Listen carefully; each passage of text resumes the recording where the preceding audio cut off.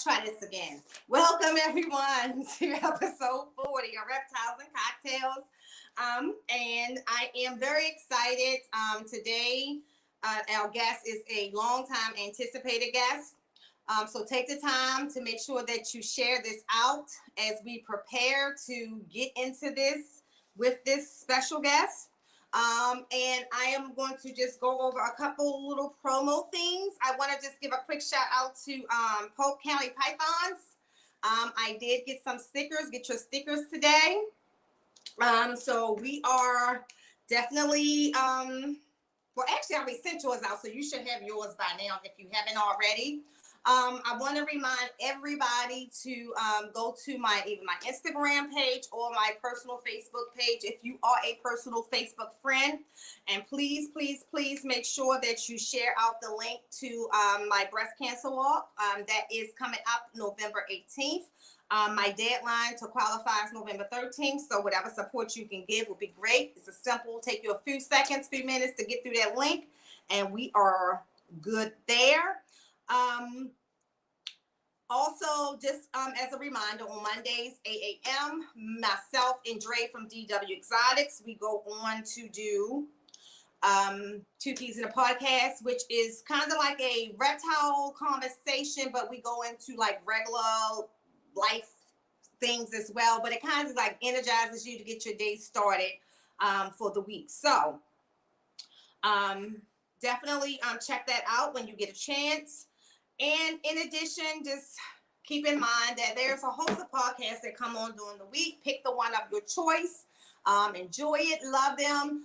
But I'm going to shout out some of my favorites because, you know, they're the ones that I watch and or they are ones that my partners actually host. And so let's start with my Tuesday. I normally at 8 o'clock p.m. I'm at watching Proper Royals. Adam comes to you with a lot of good businesses. What's up, Keys? What's up, Kara Shay? Hey, Cuz. Hey, Shawnees. Heads and Tails. Elias. And I believe Rock was in here first today. Shout out to Rock. Hey, Mark in the chat. Mark said he's stoked. Yes, Mark. I'm telling you, this was going to be a good one. I've waited all my life. No. It is so much. Okay, so talk to this person often. I will tell you, before I started getting into ball pythons, he was one of the people that I talked about a lot of the technical processes and things like that. A person that I followed. Started chatting with this person over 2 years ago, became a cool friend to reach out for some breeding knowledge because he does his thing on the low. He may not be all in your face with it, but he's doing his thing. I've seen some things that he's created on the scene and behind the scene. I've learned personally some of his animals as if they were my own. And, you know, I've been some support with him on some of the bigger snakes as well. But knowledge-wise, as far as the reptile knowledge, he got it. And I just want to really dig into where all of that comes from, because in my world, this is one of the most loners that I've ever seen. You don't see him riding with nobody, y'all. And I just think that's pretty dope about him. But we're going to get into the mystique of Sincere right here. I can't put my New York accent in, but y'all know who I'm talking about, right? So, everybody, welcome to this chat. Hey, Keisha. Hey, Tammy. The chat is blowing up already for this man. Everybody, I'm telling you, this is a highly anticipated one. Hey, Dom. So, without further ado, I've had a long day. I have been in class all day doing upgrading my concealed to carry license, and they make it they make it harder and harder, right? But the course that you have to take to do this is like an all day. So I'm there all day today. I was there. I had a class the other night, and then I'm all day at the range, half day at the range tomorrow, and finally I'll finish that class to complete that. But it's been a long day. But I am so energized because I am so glad that it's this guest at 6 o'clock p.m. Of course, if you are new to the channel, Reptiles and Cocktails normally run at 1 p.m., but Sincere was accommodating to me, thank God, because I only waited, a year and a half to get him on here, to adjust the time to 6 p.m. And I don't do that often. When I do it, it's simply because I have no choice. And so I appreciate him for that. And all of you in the chat, because I know that there's other podcasts that you could be watching at this abnormal time slot for me. So I appreciate you guys here. So we're going to get into it. I'm going to go ahead. I'm going to run out a little video that I love. And then we're going to bring on our guests straight after that. Stay tuned.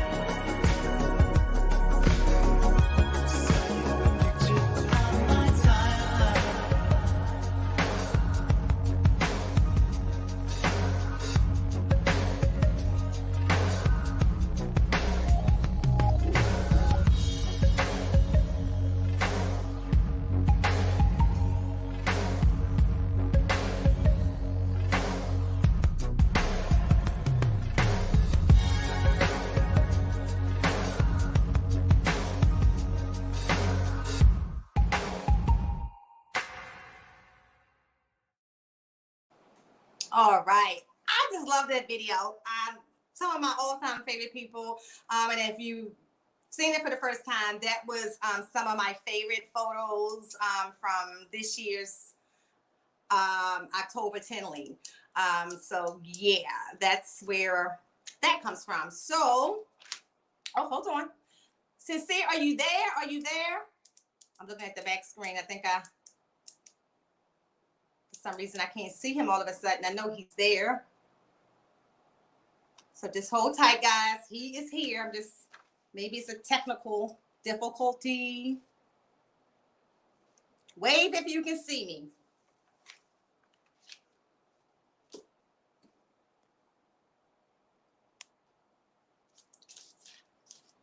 All right, so while we wait on him, just a little update on the podcast, 2 P's in a Podcast that comes on Monday. This week's episode is going to be a little different. We're going to talk about reptiles, and I liked how last week we touched on some real life issues, and we're going to kind of just talk about like regular people stuff since it starts our work day as well. So that's going to be a lot of fun as well going forward. Let me see who else is in the comments. Make sure I'm not missing anybody. I've been rocking your merch all day since. There you go, Dom. Thank you, thank you, thank you. Hi, Scott. Scott is definitely new. As we go through the podcast, guys, if you're not blue, I will make you blue. If I don't do it right away, it's because I'm focused on the guests, but I will definitely get to it as soon as possible. Welcome, Petzotics. And let me hold on. Let's see. So I'll make some of y'all blue while we wait. All right, so I think he's going to log out and log back in, so just bear with us. We know our sound and everything is good, just somehow the screen is out. Hey, Juicy Angie. How are you? Oh, no, how did I do that? I didn't mean to do that. Okay, so we're going to do this one.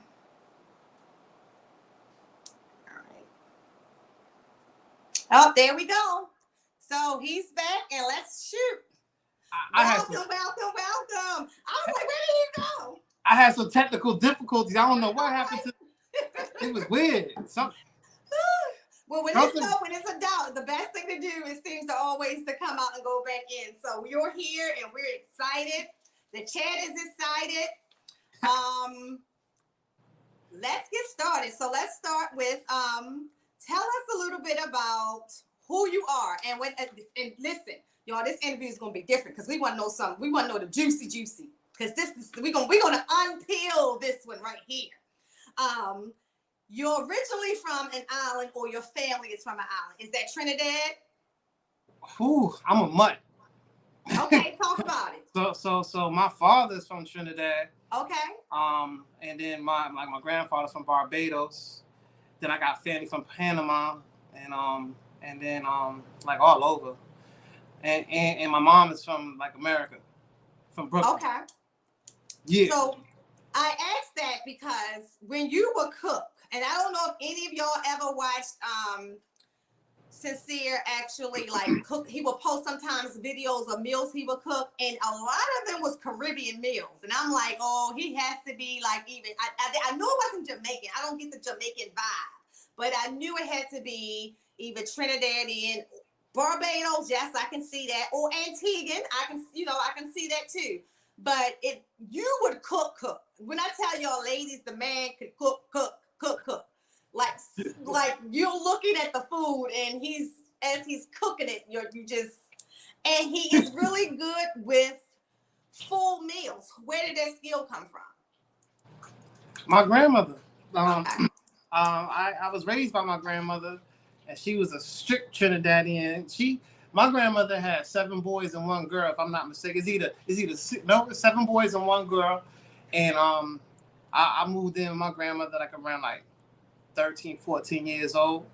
And we live in 90s. In the neighborhood where all the streets numbers is the 90s numbers, like 91, 92, 93. So that's in New York? That's in Brooklyn, New York. Okay. I live on East 94th Street. Same neighborhood Bobby Smurder and all them other guys is coming from. Like we see each other, we know each other from blocks, you know what I'm saying? Okay. And my grandmother instilled in me a lot of things. You know, she was really strict. When I used to talk back and be mean or whatever, she used to ring my ears and drag me across the room, you know. The real grandmothers. Yeah, but my grandmother was well known. Y'all gotta excuse the No, he's not. They're fine. Oh, you can hear my dogs. All right. But they're fine. All right, cool.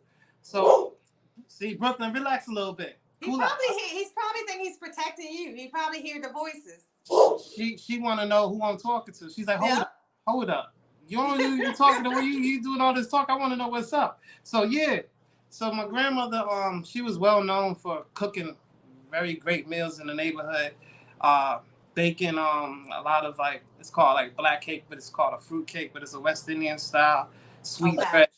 I grew up in an apartment building, 4 floors. It was, I don't know how many apartments, but when she make her bake and everything, the whole building be smelling good. So everybody be like knocking on the door and everything, you know. Even the family, like she well known for that. So I know a lot of her recipe. I know a lot of her recipes without even writing it down. It's just in the back of my mind. And I used to help her a lot because to me, cooking is an art, just like breeding snakes and everything else. You make it all pretty and everything, like it's all laid out perfectly. It's an art. And then he's single, and most men don't like pretty up their food. You know what I mean? It's like we eating. I'm single. I'm eating a hamburger, whatever. You will serve it to yourself like you're serving it to somebody else, which is hysterical to me. I mean, you gotta love yourself. You know what I mean? You gotta love yourself. And to love yourself, you gotta treat yourself good. Like if I'm gonna cook something, and it look like garbage, I'm not even gonna eat it myself. Right.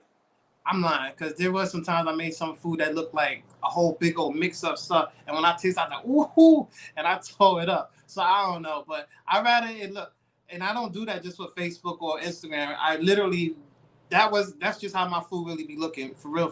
Right. Well, I can tell you this. I don't take you as a person who be stunting in front. In fact, I can tell you that's one of the one things that you just, it's not cool for you. Like, you like real people, genuine things, genuinely being themselves. Were you the only child? No, I got a sister, but okay. She's like 3 years younger than me. Okay. She lived in Alabama, I believe Montgomery, Alabama. But we were Okay. so like our younger years, we were living together. Like when my parents were together, and then they got a divorce, and then we split. I went to my grandmother, and she went to live with my grandfather. My grandfather's from Barbados. My grandmother's from Trinidad. So Okay. my sister got a life experience through him, and I got a life growing up experience through my grandmother. So how did you end up getting into reptiles? Where Oh, did that fall in? from young, like probably like 1980.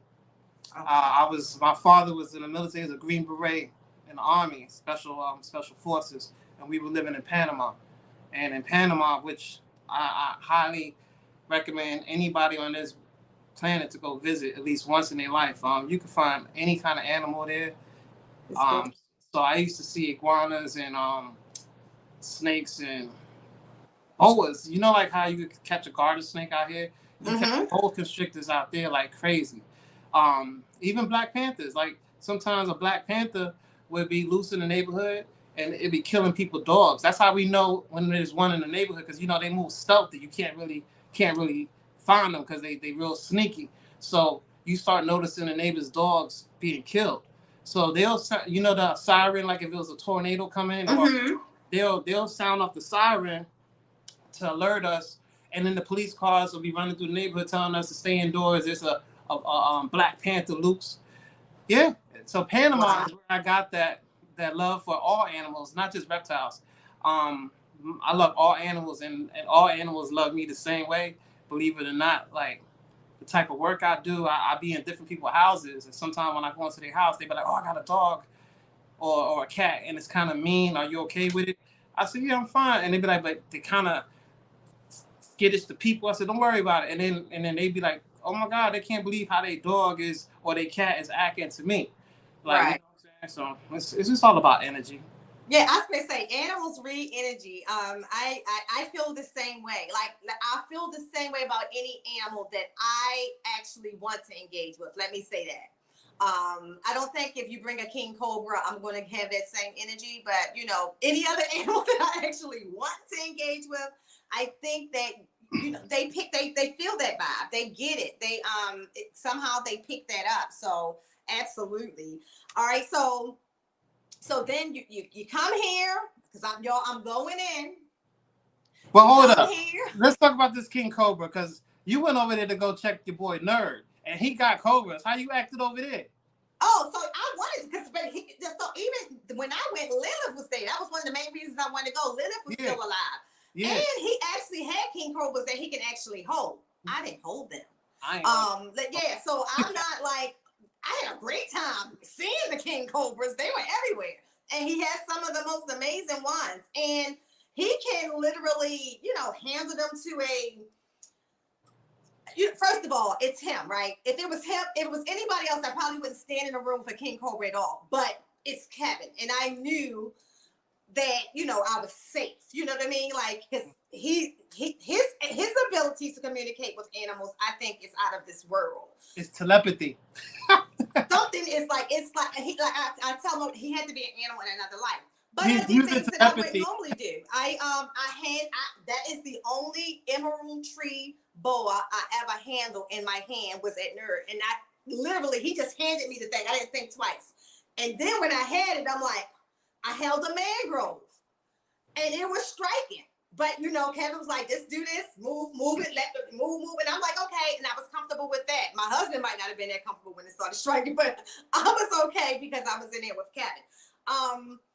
I can't say that I would have had that same confidence going just anywhere. I just know that he knows his animals, and I'm sure he didn't bring out the king cobra that he knew would have slid across the rim, and You probably been gone. You would have been gone.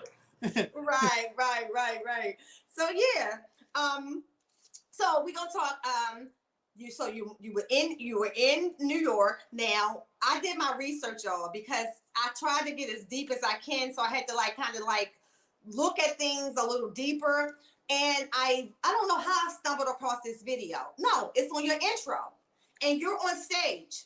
Oh. And I'm like, okay, so he does music too. I knew a little bit about the modeling because you had posted pictures a couple years ago But tell the people, like, how did you get into modeling in the music industry? Where did it fall in?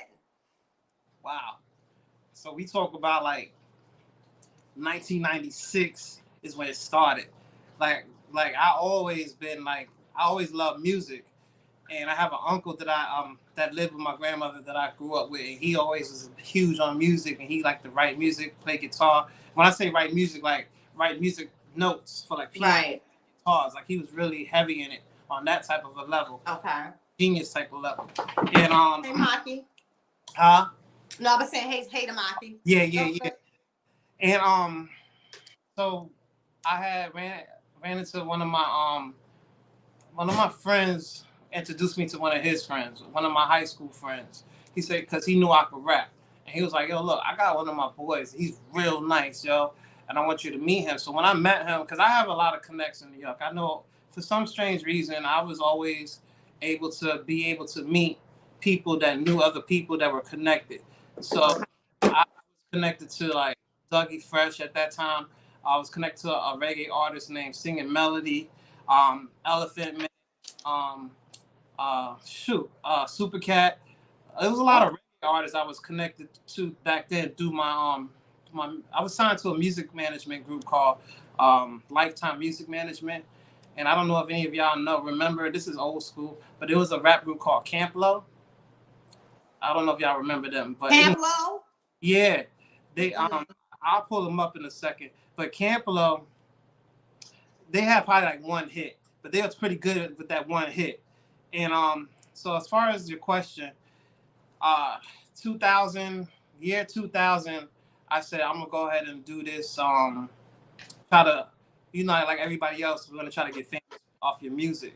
Okay. So I was literally working in the World Trade Center for a company called Credit Suisse First Boston. I was a payroll tax clerk at that time. I wasn't working at 5 World Trade Center from 1996 till the time when it fell. And during that time, simultaneously, I was working on a rap career. Okay. And my music management company that I was signed to ended up getting assigned to Illidef Records, who was hooked up with who's owned by the Roots. So we were signed to a record company that was down with the Roots. Okay. And so we used to go to Philadelphia all the time and record music. I got a lot of music that's been recorded professionally, and we got like a few videos that was never released, because all of that fell apart.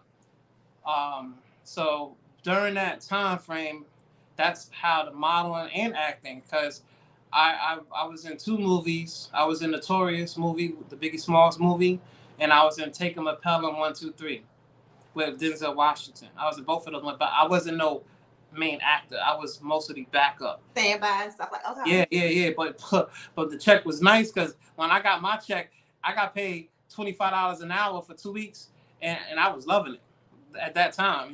That was great. I mean, I'm sorry, $100 an hour for 2 weeks. For 2 weeks. Yeah, I don't know why I said $25. Don't bug me. And so in Notorious, for example, like, so what was that role? Well, that role was many roles. So I was in different scenes. So like in the funeral scene, when they were in the funeral home talking about it, I was sitting next to Fate, the actress of Fate. The girl Natasha from the movie. Right. I know her. From Power. I know her very well. Okay. I used to know her very well. Now we're like strangers. I was also in the scene. You can see me pretty good in the scene where the actor of Biggie was performing "Who Shot You." I was standing on the chair and I had a white New York Yankee hat on backwards. It was a white with black pinstripes on backwards. I was like the only one in the crowd standing on the chair, throwing my hands up. I was acting wild in that one. I was sincere wilding, y'all. Huh? I said sincere out there wilding. I was actually a wild youngin'. That's why I'm calm now. I used to get in a lot of trouble when I was young. You know what I'm saying? Wow. But I wasn't like bad. But I used to get in trouble. Yeah, because you seem so reserved and militant. So it's funny that you mentioned that your dad was in the military, because you just, to me, it's just always so serious. Like even right now, I don't think I've ever seen you smile this much. And lately something changed. Like something changed in the last 90 days. where you just came out of this darkness or this shell or this the hiding, and you just came back out, like something changed? I don't know. I feel like I have a lot to offer people. You know what I'm saying? And I train people at my job. I have young dudes that come out of school. Like I'm 46, so I ain't gonna hide my age. I'm old. Oh, Yeah, ain't not fault. Hey, well, we look good. You you look know at what I'm the saying? other kids. I Look at got the kids that you training. I got that go to VCU. You know what I'm saying? I hold her down a lot, and I got an 18-year-old son, and he decided to go live with his mom. So I am alone. I haven't been alone.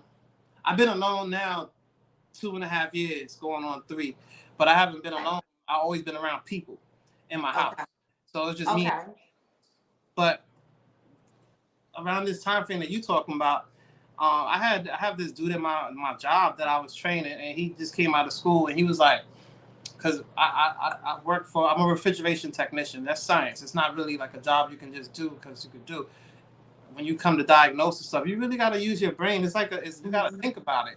HVAC is the same. All of that is the same. So this dude looking at me like an idol. And at first I thought he was like brown nosing and trying to like big me up, make me feel better about myself. And at the end of the day, he got on the road and he started taking like a lot of the tips that I told him. And he was like, "Yo, I got this from you." And I'm like, I started feeling good. And then I start realizing people in the snake. I got my other phone here so I can read the chats. Okay. Yeah. That's right. I can see y'all. I can see the chat. Hey, Hutch. So somebody holler at me because ain't nobody holler at me yet. But yeah, yeah. So I felt like in the snake world, I have like a lot of friends that I do speak to personally, and they'll hit me up on my phone, but like, yo, I got such and such going on with such and such snake. Yo, what you think it is? And I'll say, well, let me see it. And I'll either go to their house real quick or go check it out, whatever. Or you know what I mean, like stuff that they really stumped over. And then when I get there, in a matter of seconds, I figure it out what it is, and then we go ahead and we handle it. You know what I'm saying? Like even today, I rode my motorcycle to my man's crib. You know what I mean? Because I bought a snake from him. I had bought a clown, a visual clown that came from a hurricane het clown. So I bought this from him, but I paid half for the snake because the snake it never shed. The snake is about 4 months old and it has not shed. Even to this day, it has not shed. But when he had the snake, it wasn't even eaten or never had its first shed. So it's eating great. But the snake still ain't shed yet. So it's weird. I have never seen a snake go through this. How old is the snake? It's about 4 or 5 months now old. And it still hasn't had a shed yet.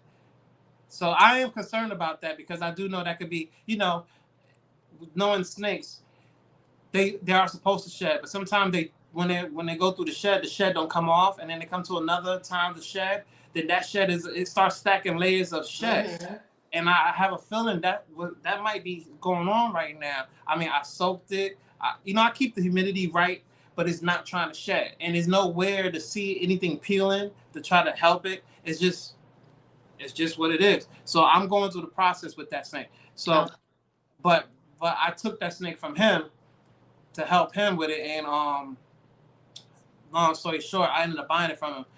Oh, and that brings me back to how I got into breeding, because you did ask a kind of a question. Yep. I went back to the origin of Panama. Right.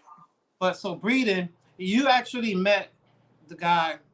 His name is Brandon, but he had a whole different store. He was in a whole nother area, and this is when I was living in New York. I was coming out to Virginia to visit my mom. So my mom's living in Virginia, so he had another store, way far away from here, and he had to go away for whatever business he had to go away for. So other people was running his store. So I went to visit his store one day, and I went to go see the ball pythons. Man, these joints were skinny. You could see the spinal cord. They were sick. And I had a conversation with the people, and I'm like, "What's going on?" They said they don't know nothing about snakes. They said such and such is not here at the moment. He's away. He was away for whatever he was away for, and they just didn't know what to do. And the snakes were dying. So They this was my first collection too. That's what Streets came from, that collection. Okay. Because I had a whole other collection, and I'm pretty sure you know the story about that. Right. And that whole collection is gone now, but this collection is great. But anyhow, that first collection started from this store. So I took home 4 of their snakes, not to keep, but I told them I would get y'all snakes up and running. I'll get y'all snakes in good health, and I'll bring it back to y'all, and then y'all can sell them. So I did. It took me about 3-4 weeks to get 4 snakes back up and eating in good health, and then I brought it back to the store, and they told me I could keep them. I was like, are you serious? Like, no, you can keep them. I was like, what? So I kept those 4 snakes, and then they had more. So that's how I got into this hobby, like, because I always loved reptiles, but I never really had the idea of like breeding and collecting more than one snake. If I had a snake, I had a snake, not many snakes. I had my one snake, and that was good. This is the first time I had so many snakes at that time.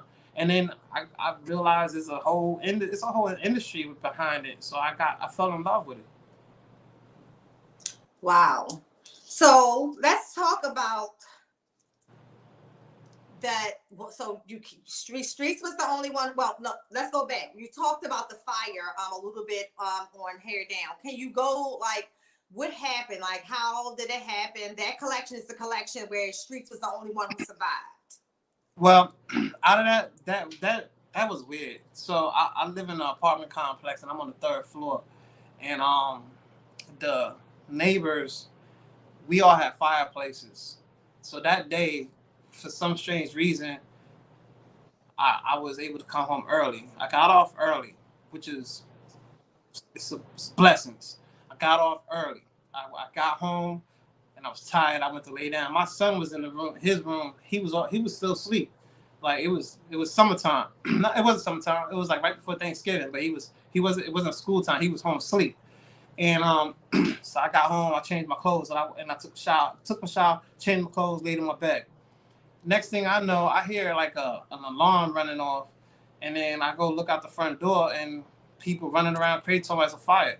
I ain't smell nothing. I ain't see nothing. I'm like, I ain't really take it that serious. So I step outside, and that's when I could hear in the ceiling crackling and everything. So the fire was pretty enormous at that time, and I didn't even know. So I ran. Woke my son up. He thought it was a joke. He didn't really want to get up and get out. Mm-hmm. So he was like, oh, come on, Dad. I said, yo, come on, man. Let's get the dogs together. So I got him, and I got my dogs.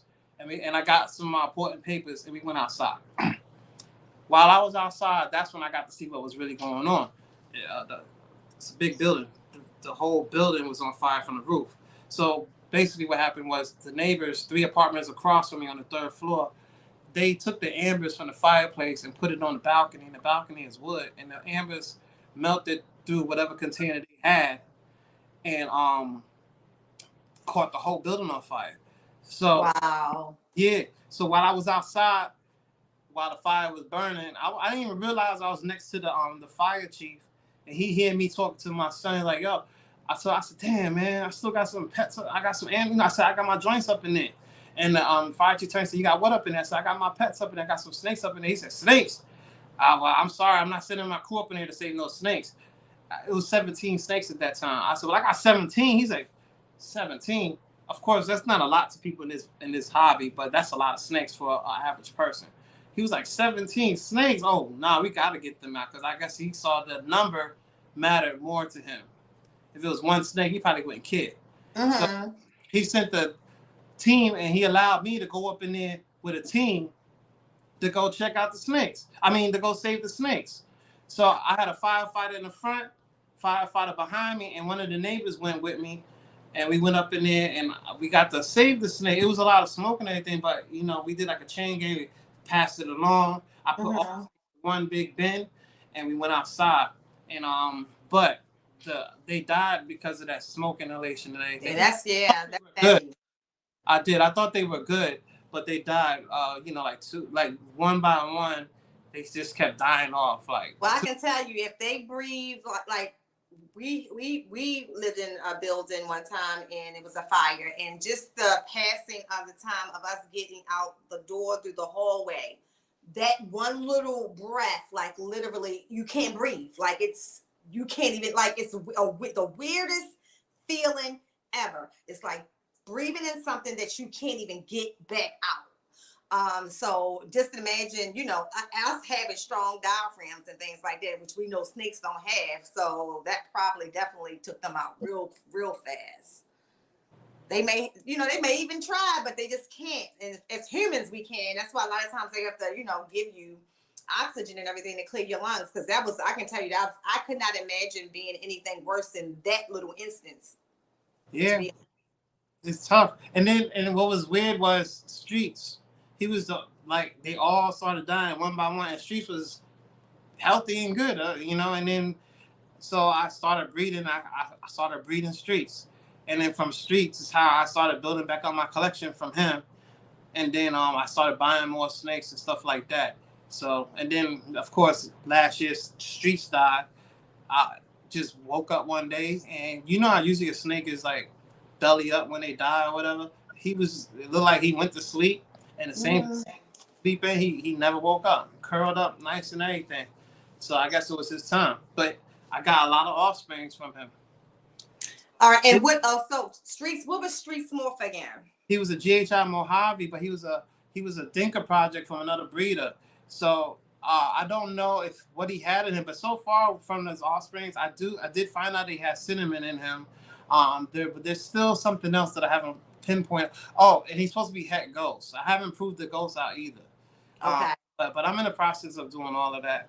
But I have the gene that's in him, that was in him, that I am not sure about, has been popping up in almost all his offspring. So whatever it is, yeah. I mean, because I remember when that first clutch happened, and I remember you even doing a video. I was like, "What is this?" Like you knew what all the other ones. It was this one snake that you just could not. You like, I don't even know what this is. Yeah, and right now, like even so Street's grandchildren got this whatever it is. I don't know what it is, and it's hard to be like, in this hobby, you can't really come out and say, "Hey, yeah, I got a new gene," because everybody would try to shut you down. Oh, nah, that's this, and this is that. So at the beginning, I was talking a lot about it, and then I said, you know what, man, because I got people hitting me in the inbox on, nah, dude, that's this, it, trying to discredit it, and I'm like, you know what, I'm gonna just leave this alone. I'm gonna stop telling everybody, and I'm gonna do like how the other big breeders be doing, like Jessica Boca. These dudes will breed it, and then breed them, come out with the babies, wait till the babies grow up, breed them, and then they'll come and show you the whole everything, the mom, dad, and they'll show proof that is a new gene. So that's what I'm doing with this one. Got you. Now,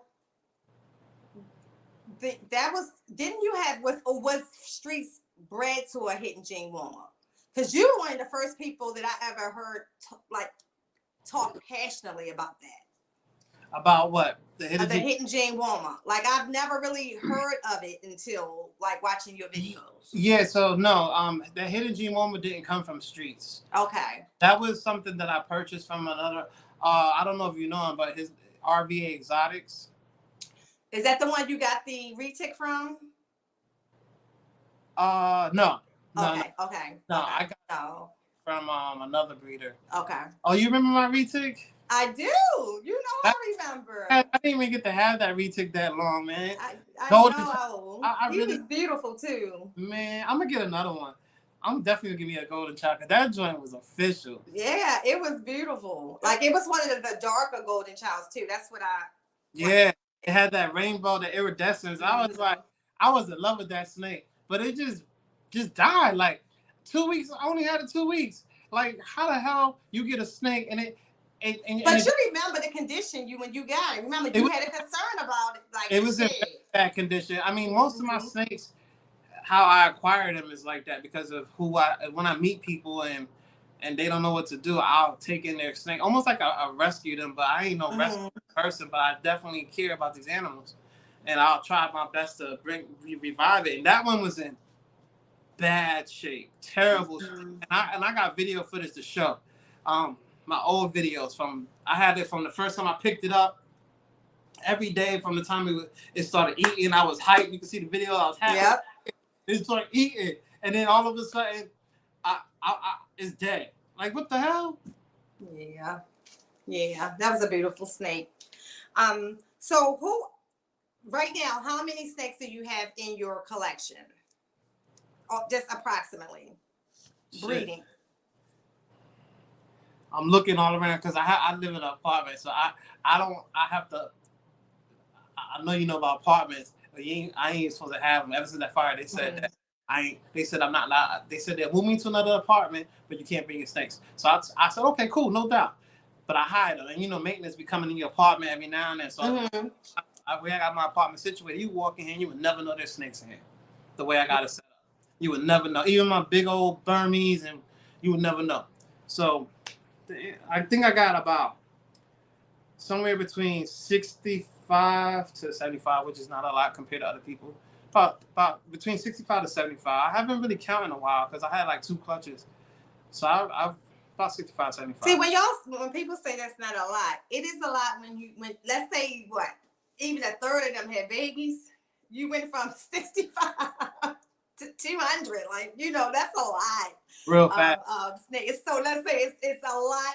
It's not a lot yet, because that is you can quickly go from that 65 to that 200 mark with 65 snakes. Period. How many are you pairing right now? I got like 6 females paired up right now. Okay, so talk about that, because I think that for you to quote unquote not to be a small breed, I think you're very successful with your how you breed, your how you watch your snakes. Like, you're very methodical about that. So was those techniques taught to you, or did you self-teach yourself? I taught myself. I never had no mentor. I never had anybody that I talked to ain't like snakes or didn't want me dealing with snakes. So I YouTube videos, reading books, and life experiences. Taught myself. I had nobody to mentor me. And what about your incubator setup? You did your own incubator? Yeah, I'm gonna show you this right here. It's funny. Yeah. So I used to work for Coca-Cola. Yeah. I have a Coca-Cola.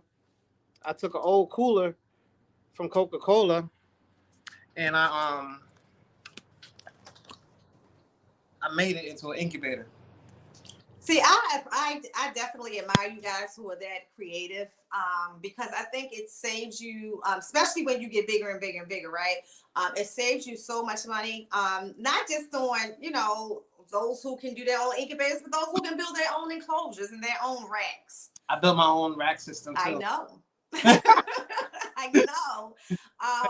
And I think that for people who can do those things, it makes the hobby so much easier, especially from a financial aspect. So shout out to all of you who has the patience.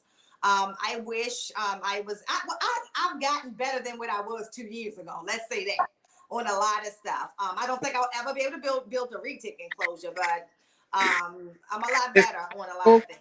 I gotta build one. I got my retic enclosure right here. I really want to build one. I actually reached out to you a few months ago about them enclosures because I need one, because I got not retic, Burmese, because I got bear with me. I'm going in my room. It's dark, but I'm about to show y'all the rack system that I did. Come on, you good. And so I have to keep the homemade rack system.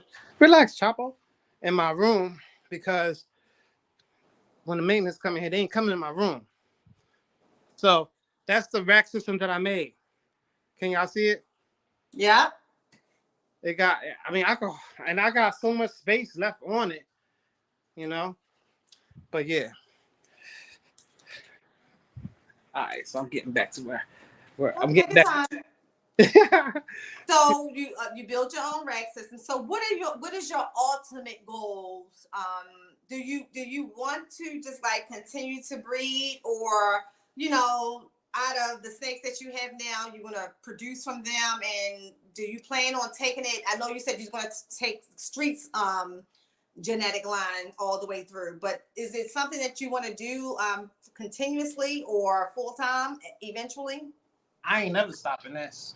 This is something that this is me. This is me. Okay. I mean, everything else is this is already set.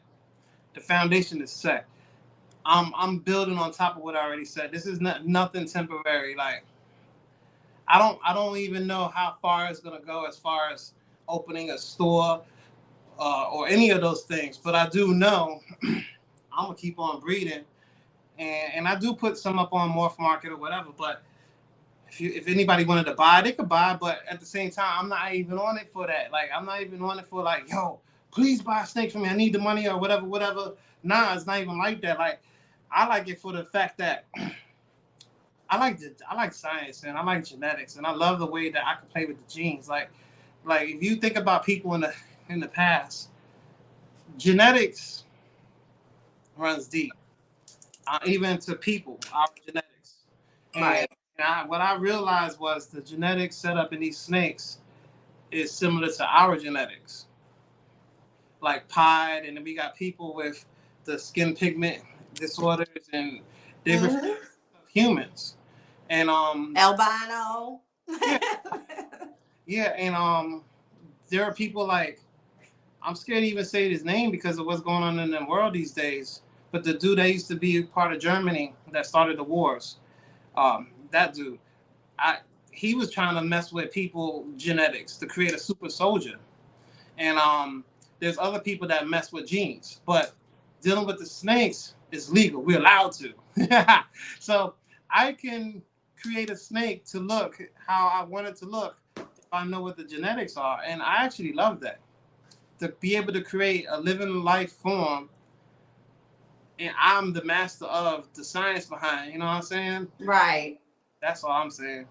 So, out of all of the snakes that you breeded so far, what was your favorite production? Which one? Because wait a minute, you recently produced something. I don't know if we want to talk about it here, but you recently produced something that was special. Was that a one of Street's babies?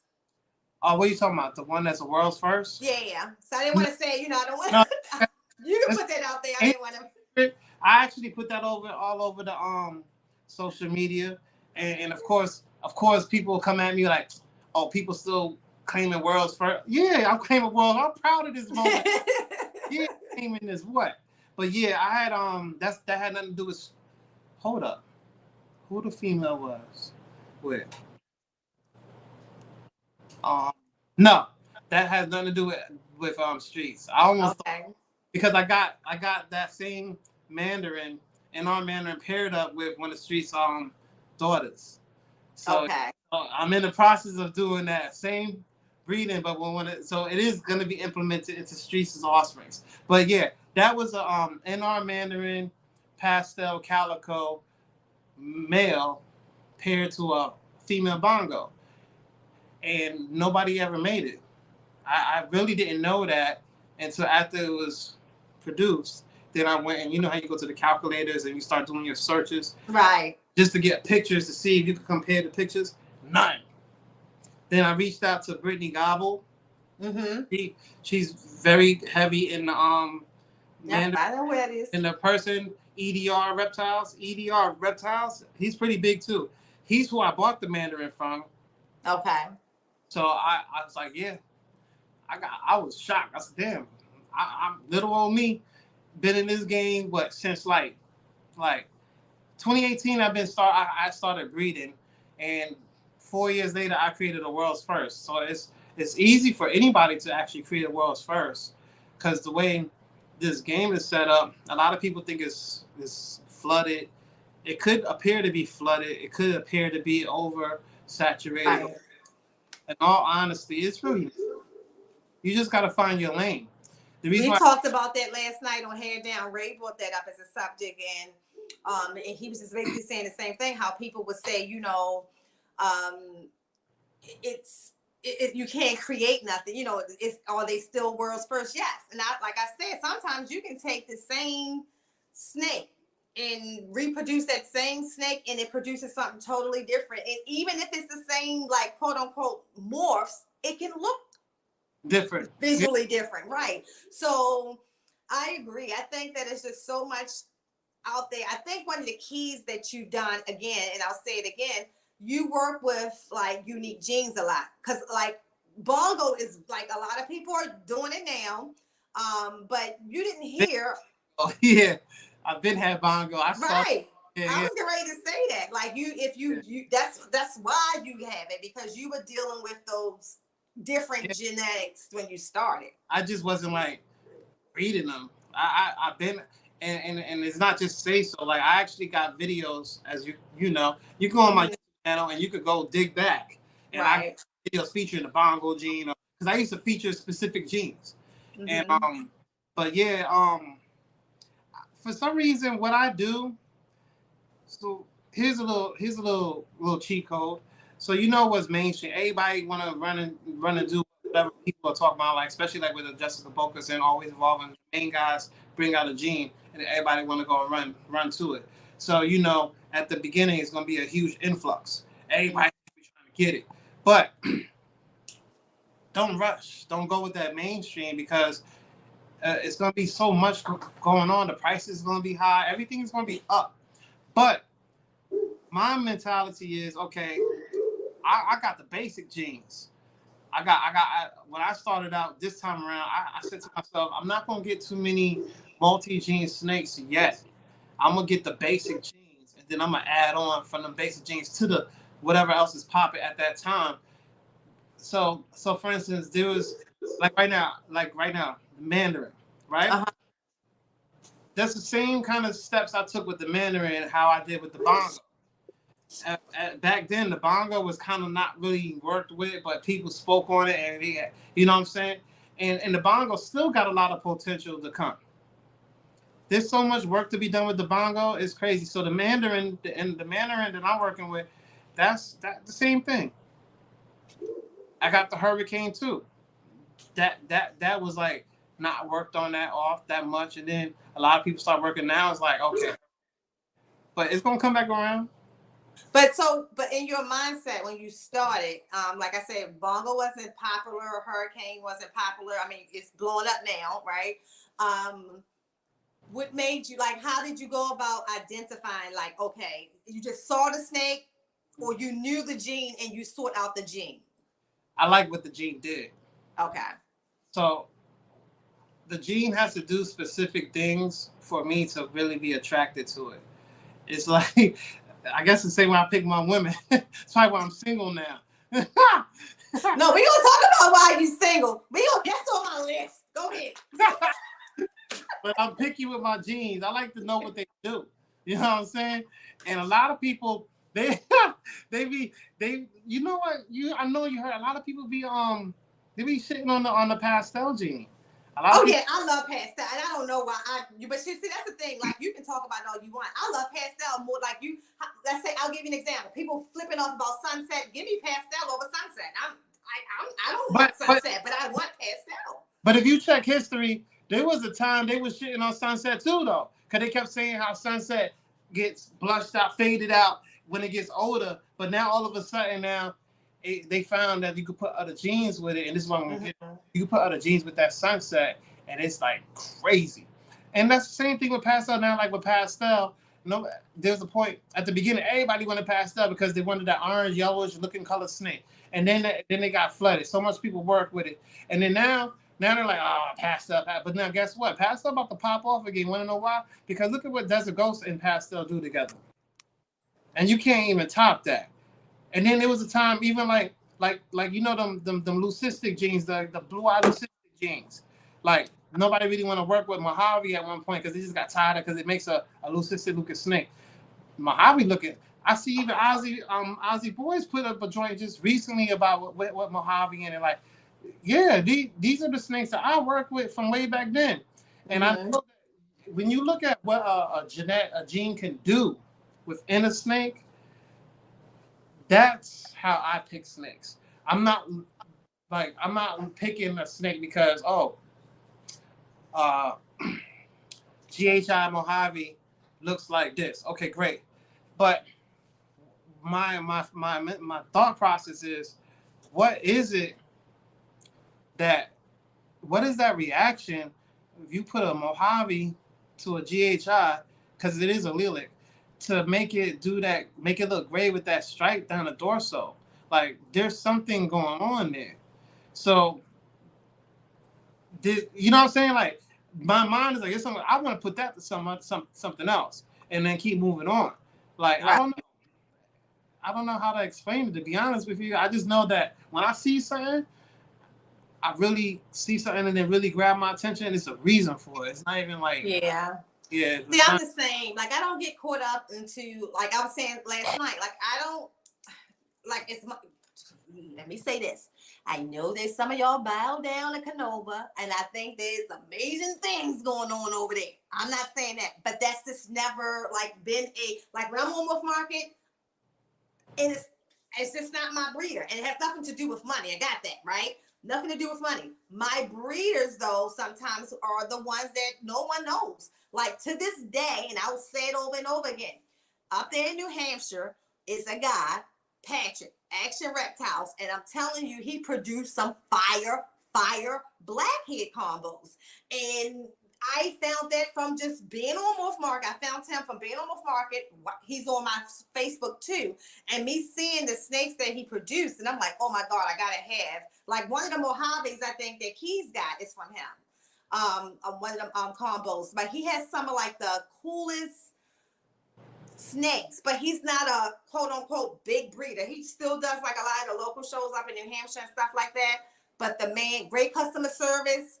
I mean, like, check out this Wolf Market. He produced some really nice snakes with starting off with some very basic genes. So I don't think that, like, that's not what attracts me. It doesn't attract me, the name. It's what you have. Like, I have no, like, I'm not focused on trying to make a Batman, right? Like, that's not my thing. Now, I have a pair of Batman makers, but that's not what my goal is with them, is to make Batmans with them. I have a whole nother plan with them, right? So I think that you have to, like, find your own. I love, like, AJ FNA. They have snakes that really no one else had visually. And I'm not saying, you know, other people don't have the genes, but visually they have some beautiful snakes. But that's because they also have a lot of odd genes and odd connections to get those genes, and not getting them from the same place that everybody else is going. So shout out to Fred and AJ, because they do that as well. I got F&A stickers all over my my peoples. Yes. There was a time where I was like doing the sticker swaps. I kind of like don't do it no more. Kind of got like boring. But my incubator is full up with stickers. I got like 3 or 4 of these stickers on my incubator. Yeah. So yeah. I mean, I like that, and I think that's what I like about looking off Wolf Market. I like to look at the animal. So the animal visually attracts me. I'm going to buy it. I don't care if it's $200 or if it's $20,000. You know what I'm saying? Like, it's not the price. Like, I'm not going to buy something just because it costs this amount. That snake can die just like any other snake that I put in my rack, right?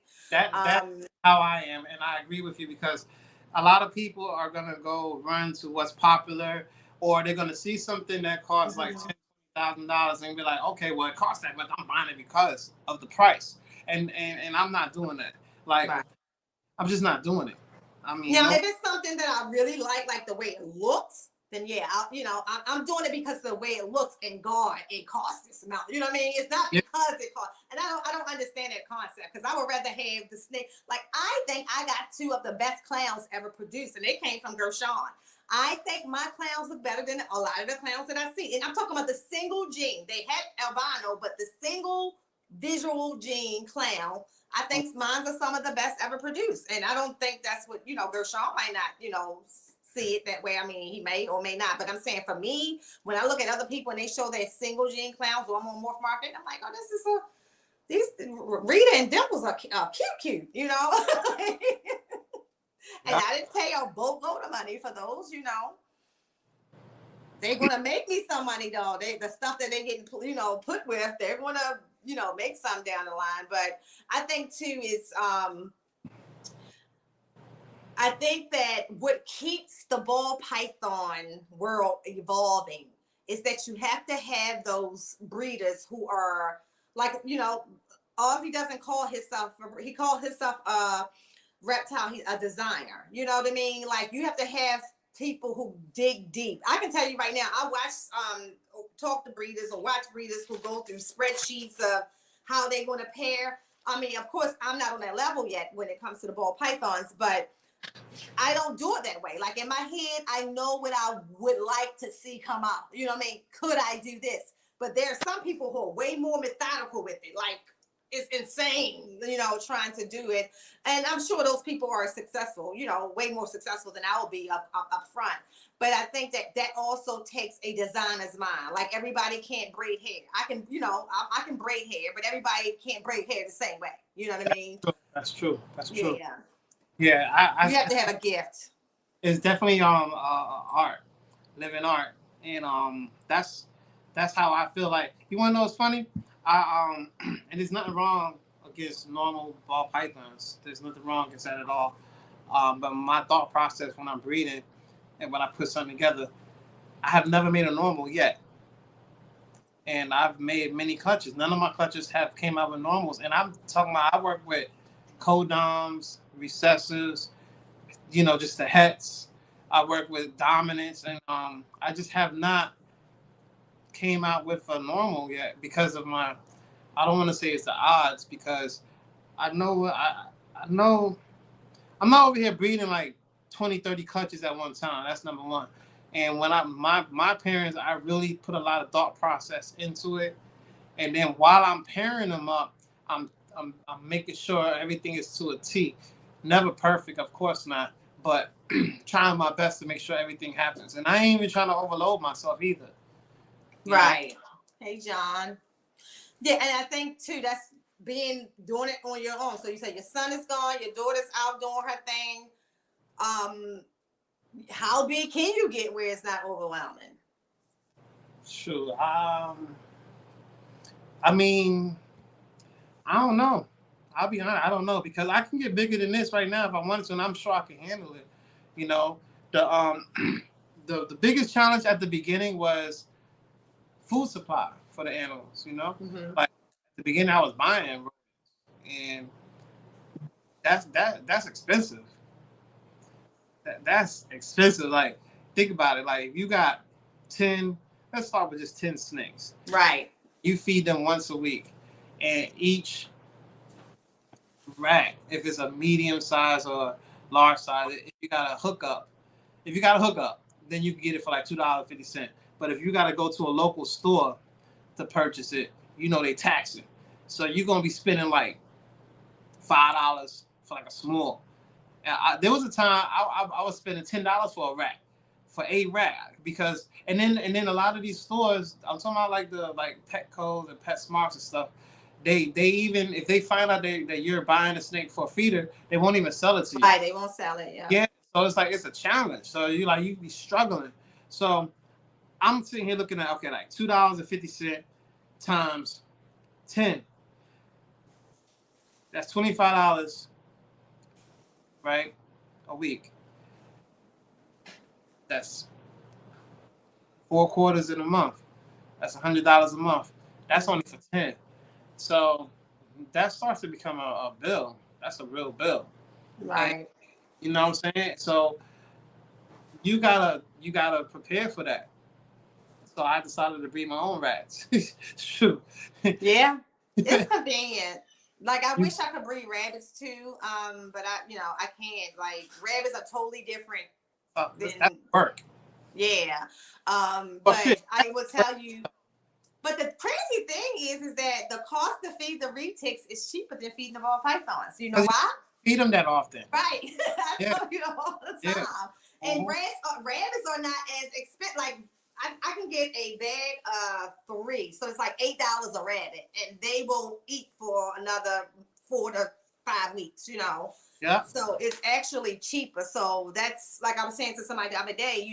Feeding them is not the issue. If I can't breed retics because I can't house all of them babies. Man, 40 times. Like, who? What? Where? Like, yes. I got my Burns, so I got Kimbo Slice, which I'm pretty sure you remember that name. Yep. My albino Burmese. Yep. Python, and then I got Lollipop, who is the female. She's a. Now, wait a minute. So you got another Burm after Kimbo Slice. Kimbo was the first one. I showed her in the on Hair Down. We was on Keys joint. You. Okay. She got this. She looks just like yours. Yes. Okay. Kimbo has a different pattern. He has like more white or something in it, right? Kimbo is albino. Okay. And Lollipop is the normal het albino, but she Got looks you. like yours. Yeah. She got Okay.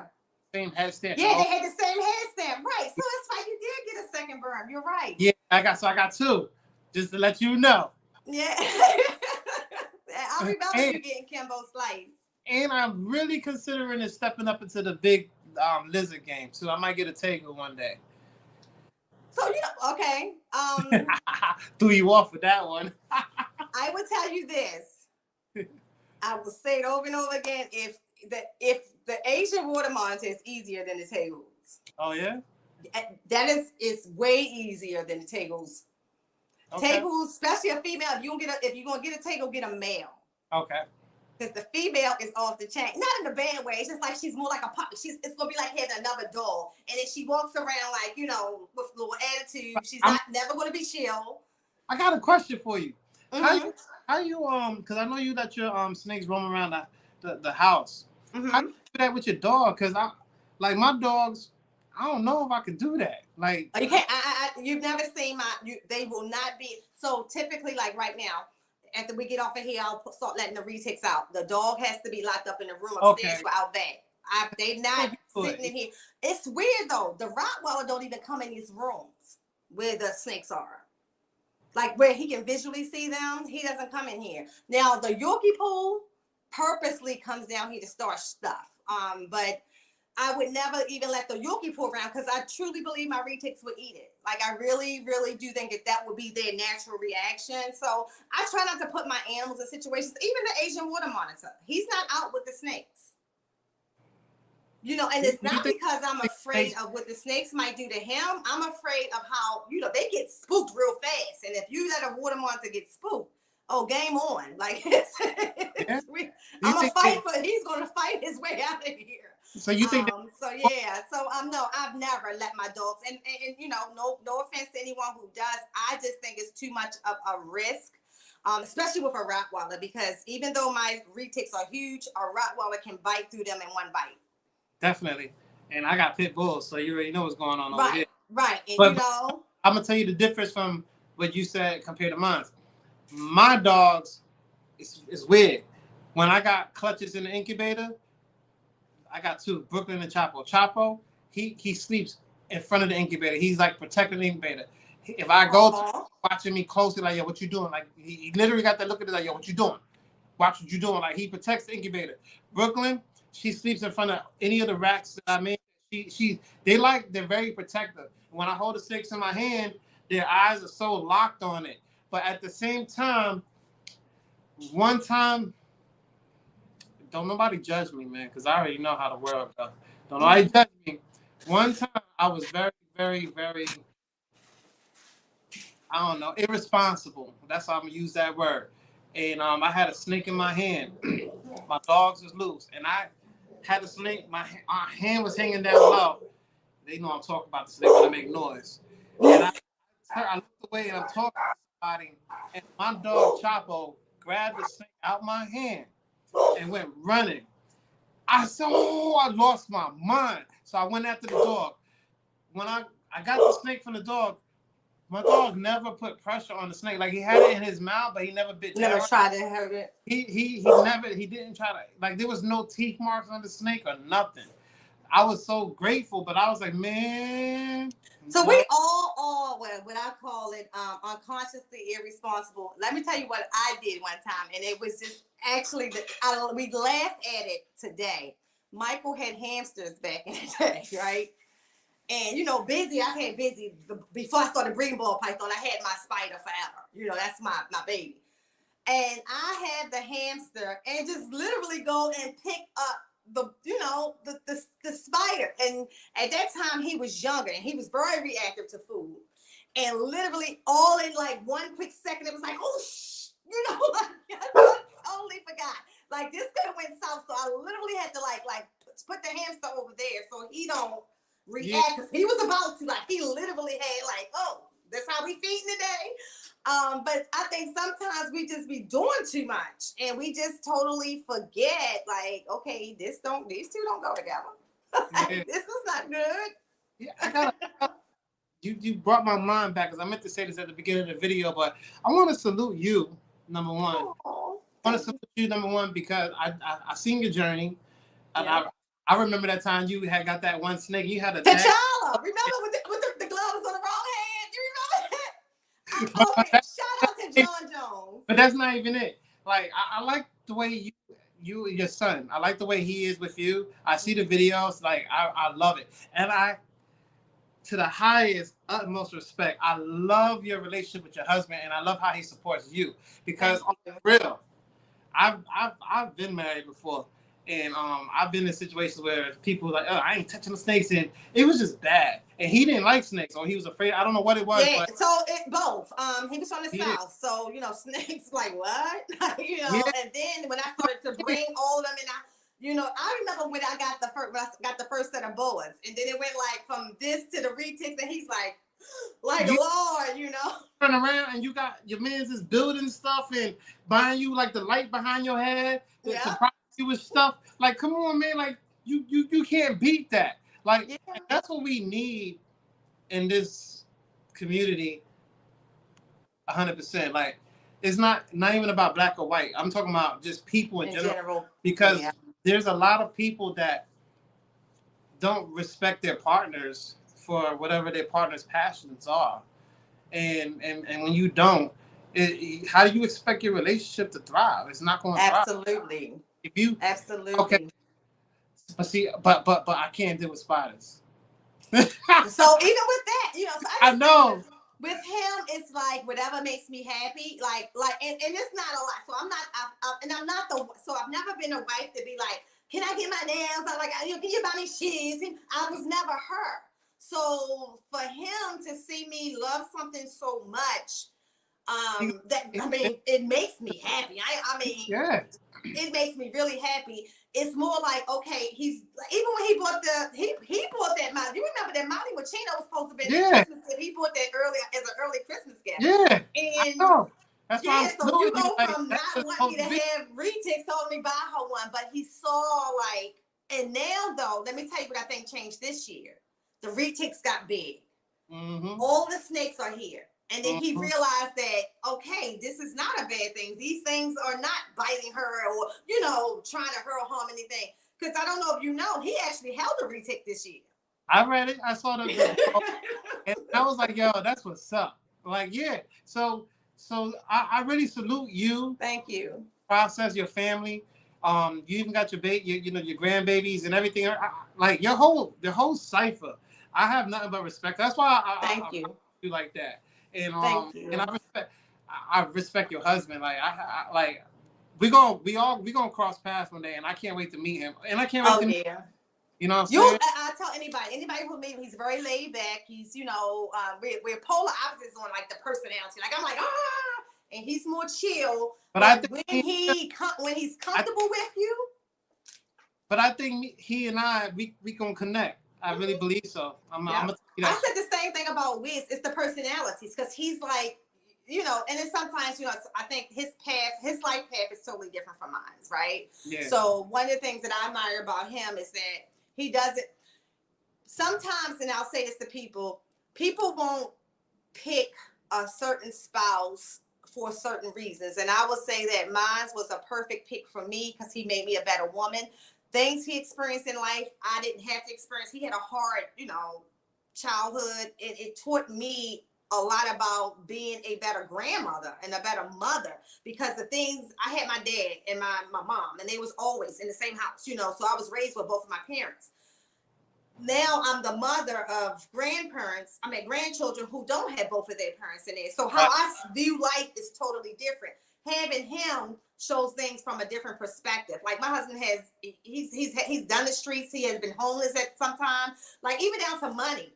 Thank God for him, because that's how we are positioned the way we are. Because he can save. When we bought the house, he's a saver. I'm a spender. I feel like let's spend it all day just in case I die tomorrow. Like I have to spend it all. His thing is like, no, you can't live life like that, because I know what it's like to not to have. You know what I call that? I call that balance. Y'all balance each other out. You know what I mean? Oh, for sure. I see it like for sure. Y'all balance each other out. You know what I mean? That's a great thing. Y'all have a good good thing going on. And of course, you face bumpy roads no matter what. Everybody bump heads, but at the bigger picture is your cipher is nice, and I salute it all. That's what I tell people all the time. I mean, yes, every marriage has its problems, but I don't have the problems that other people have. And then there's problems that we know that each other won't deal with either. You know what I'm saying? Yeah, So exactly. we don't always agree, you know what I mean? But we know how to disagree in love. And that was something his grandma, because shout out, his grandmother was like my best friend. He was the joke. My best friend was an old lady, right? And she was a real Christian. When I say that, like, people like really could forgive people, and I don't have that in me. I'm not a forgiver, y'all. Like, I'm vindictive. I'm like, oh, you got me, I'm coming back. And he has that very forgiving, patient spirit. And I will tell you that when I look at the last 14 years, there's a lot of situations that I was in that if I didn't have him, my life may not be where it is today, because he pulled me back from certain situations. He helped me mature, and it's crazy. Like, he's younger than I am, but he's the more mature with. Try him before you try me. Like, I'll forget everything. Forget that we got everything to lose. Experience got him mature like that. You know what I'm saying? Like, yeah, I already know. But he was also raised by his grandparents, and I think that makes a difference. Because like his grandparents raised him, so I always say, people in marriage, if you don't look at marriage from a biblical standpoint, then it's not marriage. You know, you can call it something else, then it's not marriage, because you have to have a little bit of, you have to have a lot of him to survive that. So I mean, definitely, he's definitely a blessing. I had a conversation with a pastor one time, and this pastor said, he asked me how you spell marriage, and I was about to spell it out, but I paused and I hold up. This is a trick question. He said, I spell marriage WORK, point blank period. Work. Marriage is work. You know what I mean? Hey, take a second, give your people a little shout out. I'm about to go fill my cup back up. Go ahead. This is called Cocktails and Reptiles. Go ahead. It is. Look, I just came back. Look, I couldn't have cocktails. I got to shoot in the morning, but I'm drinking. Give me 1 second. I'll be right back. All right. Hey, John said, I think I produced the best looking Mojave. It's not a recessive, but my Mojave is stunning. So proud of her. That's what's up, John. Hey, Mitzi. Yes, I'll tell you that their sticker packet is fully loaded. Fred and AJ's. Hey, Rob. I think I said hey earlier. So, Rock on Reptiles. I saw your comment to AJ, and I saw your comment to Gershon. Definitely. I'll also put you on my list as well. Probably it won't be be into January, but I'll send you a message and let's see what we can do. Gershon has an awesome show to start with as well. And a lot of us grew from that show. So shout out to Gershon. And if y'all not following GP, follow GP Snakes. Look at the babies. Look at the babies. They done got big. Yeah, they can reach my face now, my mouth. I don't like that. Yes. So what is like your I know you said that you're still what brought you to Virginia? Was it that your mom was there? Like New York to where you live in Virginia, because I had to come down there to get the berm. It's a total different pace. So I was married. I've been married a few times. Don't worry, 3 times. Thank you, Brooklyn. See? You see? They like, yeah. They hear. Like, yeah, we done did that. But yeah. That's gonna lead into one of my other things, but go ahead. Yeah, so I was my first wife I had kids with. Thank you, Eric. And we didn't work out. So down the road, things ain't work out for her with her next relationship. So she ended up sending my kids she ended up dropping my kids off at my mom's house. My mom lived in Virginia. I was in Brooklyn, and I was okay. At that time, this is after. So let me explain something to you. I was in the military. I was in the Army. and I went through a hard time in the army, and the wife cheated on me, did some dirt. So she went back because we were off from New York. She went back to New York. I went back to New York, divorced her. She she cheated on me while she was in Virginia. No, I'm sorry, I'm bugging. When I went back to New York, we made up before we got divorced. Okay. So we decided to go to Virginia.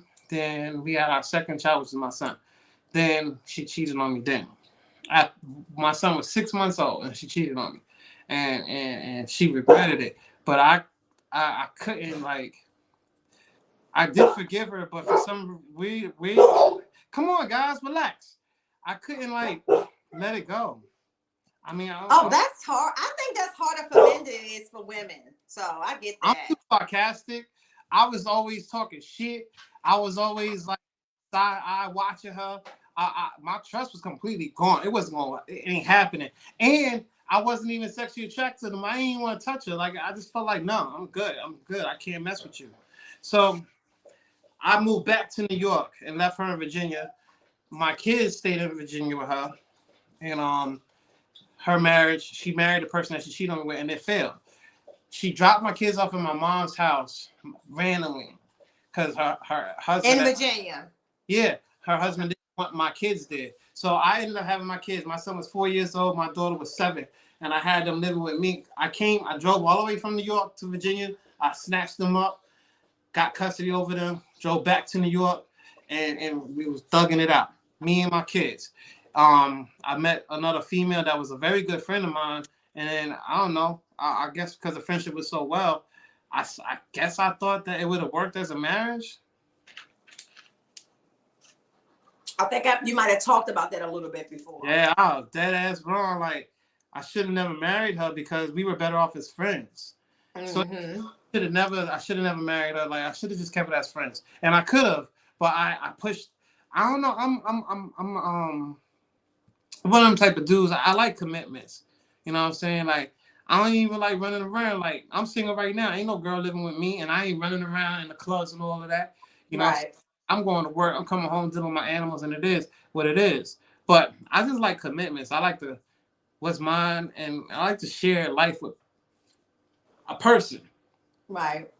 So, anyways, so I had my kids in New York, and it didn't work out. So I decided my mom still lived in Virginia, so I moved to Virginia for my kids. And I quit my job there, set up a job here in Virginia, and it was maintenance. A huge pay cut because I was making like 80,000-90,000 in New York as a technician, as an engineer for LG, and I left them, and then I came out here to Virginia for maintenance, and it was only like $17 an hour. I was like, but I did what I had to do because I got to move into an apartment complex. I mapped it out. I figured out the best school in the area, picked the best neighborhood. I'm not even in the hood. Like I did everything. It was strategically planned, and it worked for my daughter, because my son moved on. But my daughter, she graduated with honors. She going to the school of her dreams. She got to live on the campus. Now she got her own apartment. Like, you know what I'm saying? Like, I feel like I did the right thing. That's what's up. Yeah. So that's how I ended up in Virginia. It's all for my kids. That's what's up. So I can definitely see that, like, in you. And so this goes to my other question. So now, but you kind of explained it a little bit.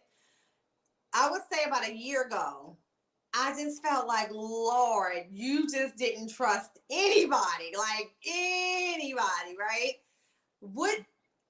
Because you, like you said, you like commitment. What do you think, or how can you get past that? Because I think, like, for me, like, that type of hurt happened years ago. Like, for me, like, way back in the and I can't even say hurt because I wasn't a woman. My husband is the only man who can really hurt me. Any of them in the back, they couldn't really hurt me. Like, I was never the woman I am now, right? You know what I mean? So, but I have had relationships that I can honestly say that, you know, I wished it ended in a different kind of way, but it didn't, type of thing.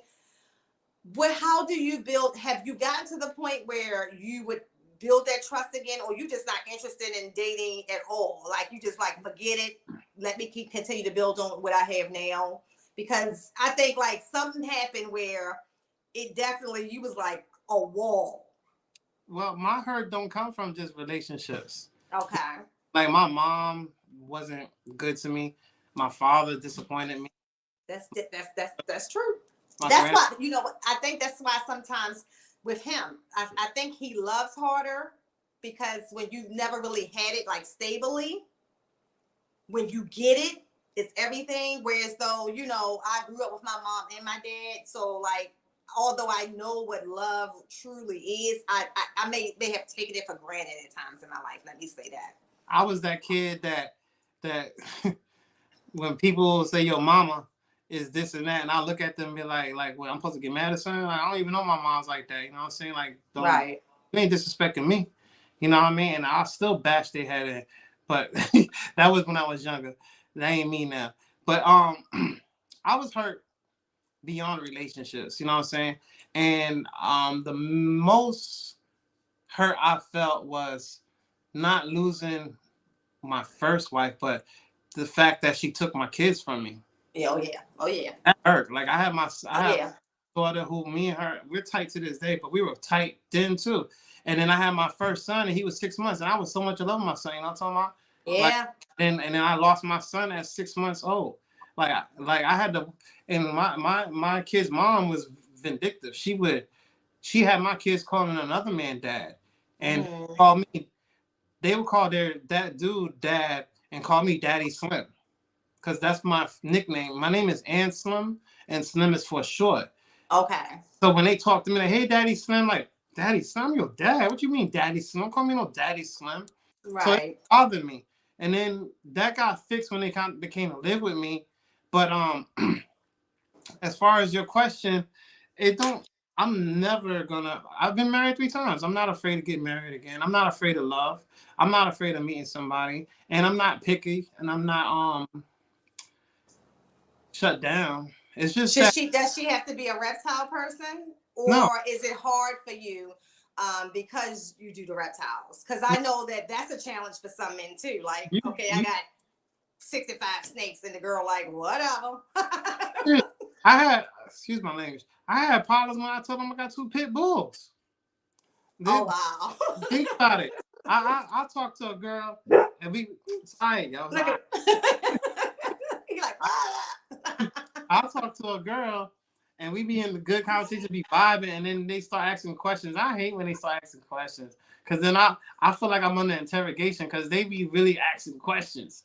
So I be like, all right, so I got 2 dogs. I always leave the snakes for last, or if I don't mention it at all. You know what I mean?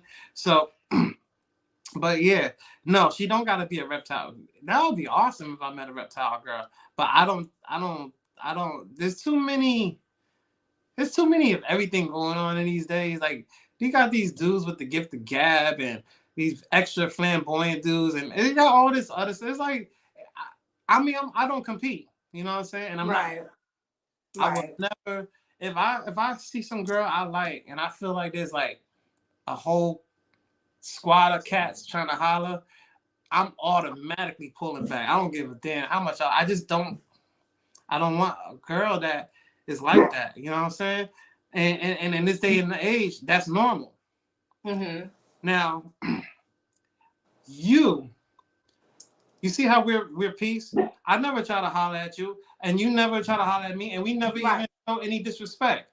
right. I say that for a reason. This is who I am when it comes to females. I always come neutral. I'm not on that. Oh, I want to how you look good. No, I'm not with that. I want to Right. know as an individual because now when I come with that lustful ways, that lust will get you in trouble and have you married 3 times and divorced 3 times. I learned from that. I have learned that this is not the way to go. Nah, you can't. How you gonna just jump right up in a girl or a dude that you just find so handsome and so he talks so nice, she talks so nice, blah blah blah, and you don't really know each other. And let me tell you something: the best way to learn somebody is to spend time with them, and you gotta. Time is the only thing that's gonna let you learn somebody.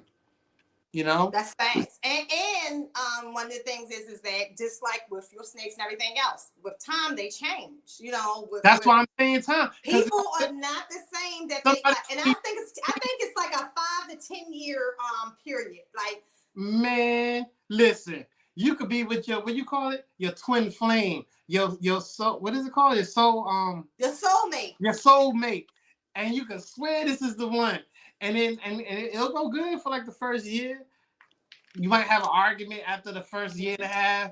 You still be going good, but that second year, you like, hold up, something right.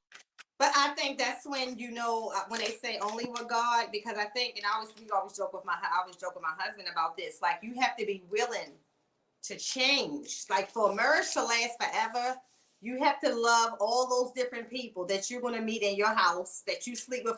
The stranger in your house, you're going to have to love them over and over again, because especially women, we change throughout even our hormonal processes. Like, you know, like when you start to reach 40, what you felt in your 30s is not the same. The closer you get to 50, what you felt then is not the same. And even down to your attention span. Like, you know, I think what you also, a part of my husband's process is that he does things for me that nobody else can, not even myself, right? Can't nobody compete with him. I told men all the time when they would try to holler and whatever, I'm like, look, dude, I got this, you ain't got nothing on the man that I go home with. We ain't even gonna sit here and try to even have this conversation to try to figure out if we're compatible. It's no need. You know I don't need a friend. I travel with my best friend, my husband. You know, that don't happen overnight. That takes time. You know what I'm saying? Right. And in this day and age, that's why I'm probably single right now, because everybody want it right now.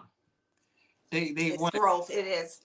They want it, like, you find somebody you like, you're attracted to, y'all get together, y'all do whatever y'all do, and they expect that full commitment and all of that right now. Like, yep. You can't. And if you get it right now, you better question it, because it might be fake. Because people are very good actors. You know what I'm saying?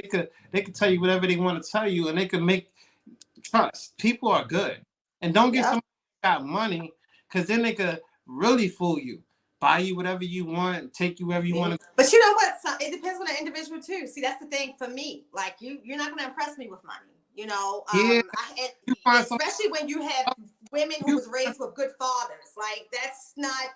But if you come from the neighborhood I come from, I'm from Brooklyn in the 90s. It's Brown. That's what it's about. Canarsie.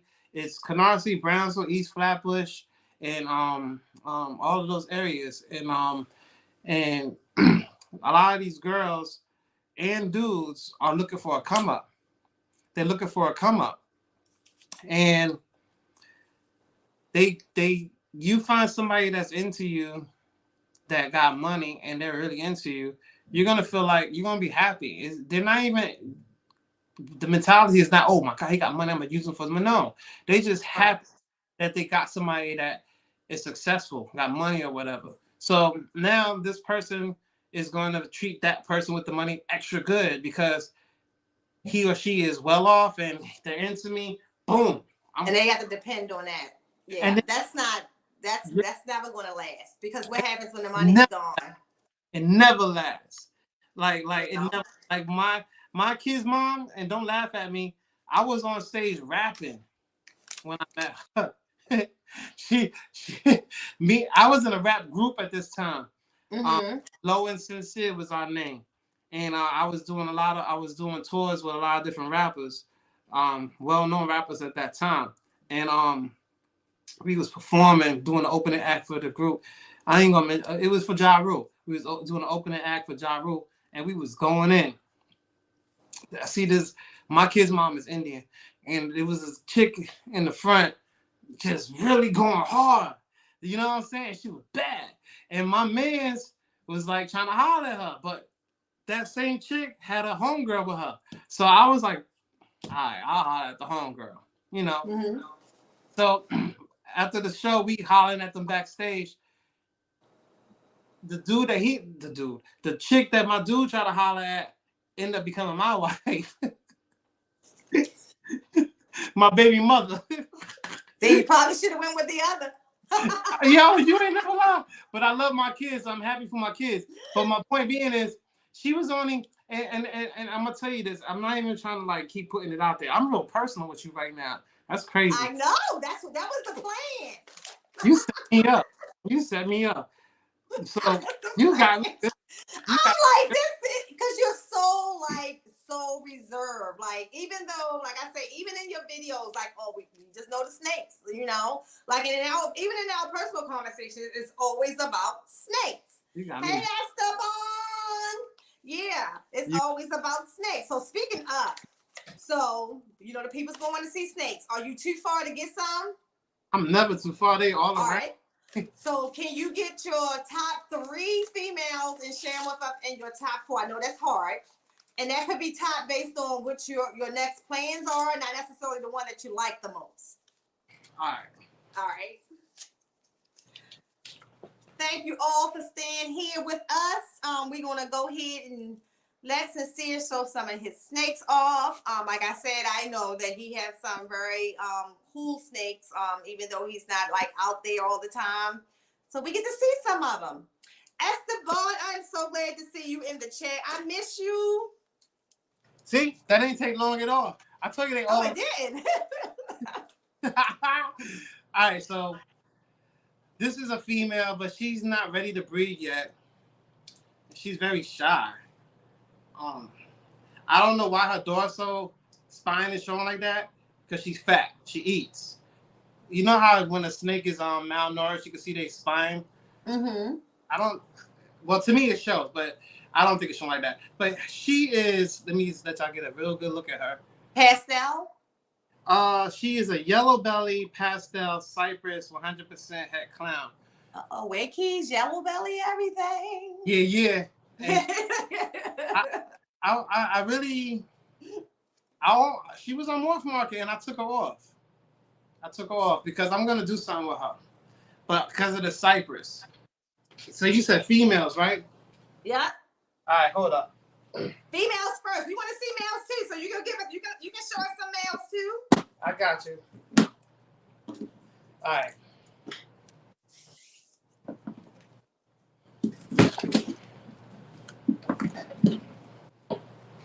And don't forget, I ain't no big time breeder. I ain't got them multi-$1,000 snakes. You heard? You got unique genes. That's all it takes. All right.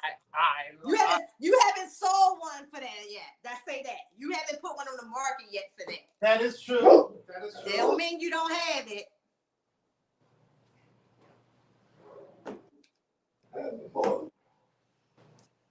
Oh, Esteban said, to anyone in Florida, December 10th, I'm throwing the first ever Bully Bowl stack off dog show in Palmetto, Florida. That's going to be dope, Esteban.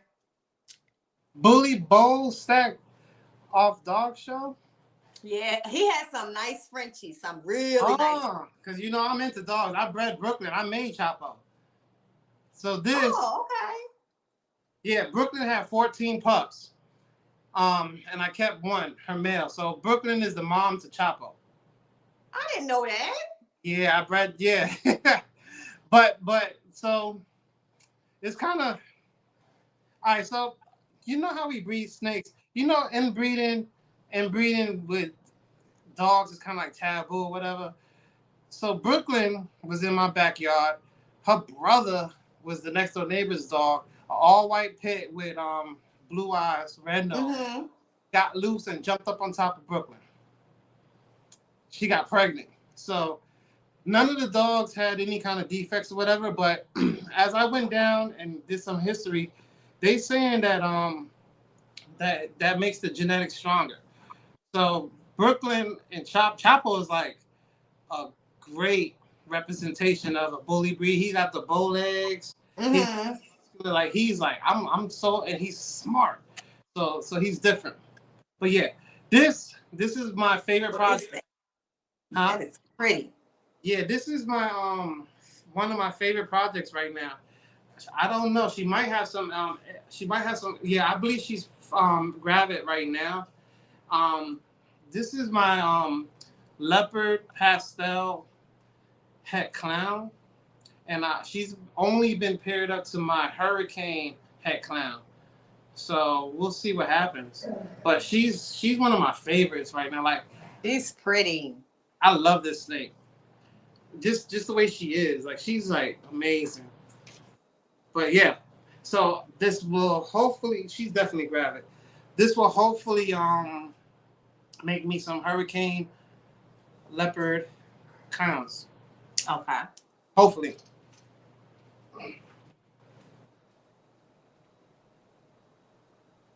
Mark said can't wait to see them. Me too.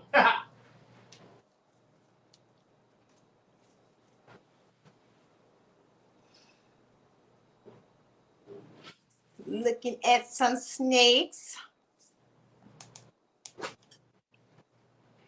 This is my second favorite breeding female right now. What we're looking at, I'm just gonna show you real quick. What we're looking at is a she's very unique. She's a cinnamon het clown. I'm bugging. My bad. She's a cinnamon het ghost, het ultra male, and she's been paired up to my visual ultra male het ghost. So I'm in the process of making some ultra glows. Wow. Hold on, let me see. It does, but that's too close to a bloodline. It's true, I agree. I would have never bred a brother and sister together. Like on purpose. No, I would have never done that. I would have actually, when it comes to dogs, I would never breed anything that's related.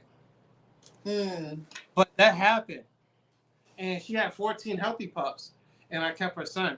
But I would never, ever, ever, ever do that. I don't agree with that. I'm actually against that.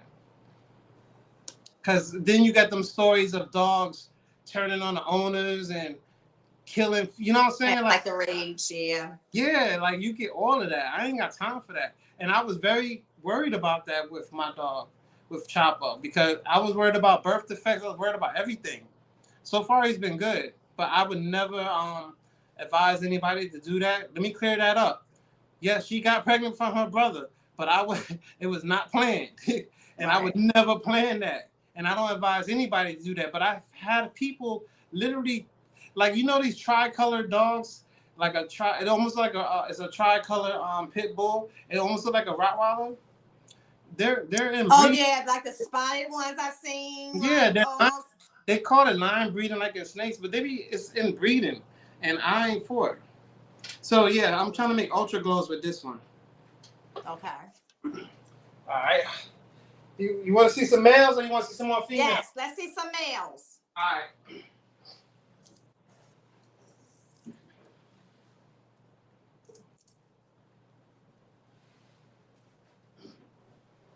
Elijah said that's a dope snake.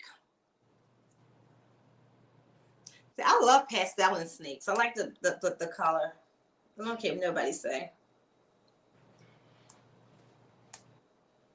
Here's one male. This is a bongo. One of my original bongos.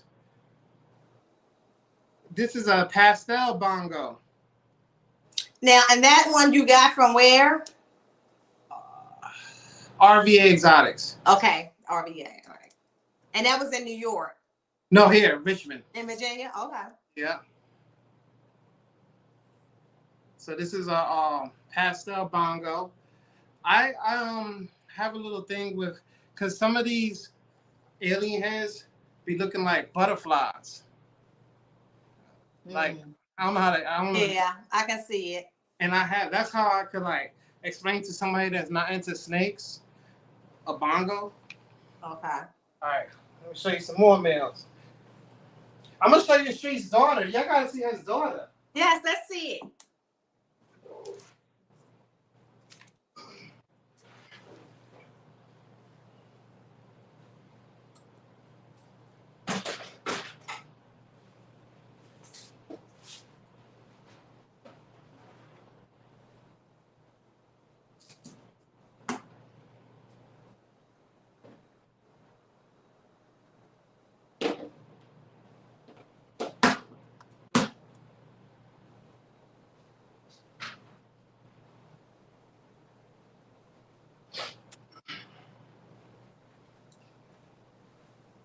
Now this is my prized possession. She came from streets. Now she is very dark, and she's a GHI Mojave, but there's something else going on with her. Look at her. She is dark. And it has like a little iridescence off it too. Yeah. Oh, she has a serious iridescence. You just can't see it at the moment. Let me get a little closer for you. Look at her pattern. Yeah, it's almost like it's a pattern underneath of a pattern. Like this is the color, and that's like it's something faded in the back in her. She is. Her name. That's the one you're trying to prove out, or try to figure it out. I have to because see those circles at her tail? Mm-hmm. I'm gonna show you another snake that came from Streets lineage, who is not her brother, was born through another mom. So half brother, I guess. Same dad, different mom. Okay. Anybody in the chat ever seen that before? You know what that? Do you know? Do you have any guess what other gene might be in that snake?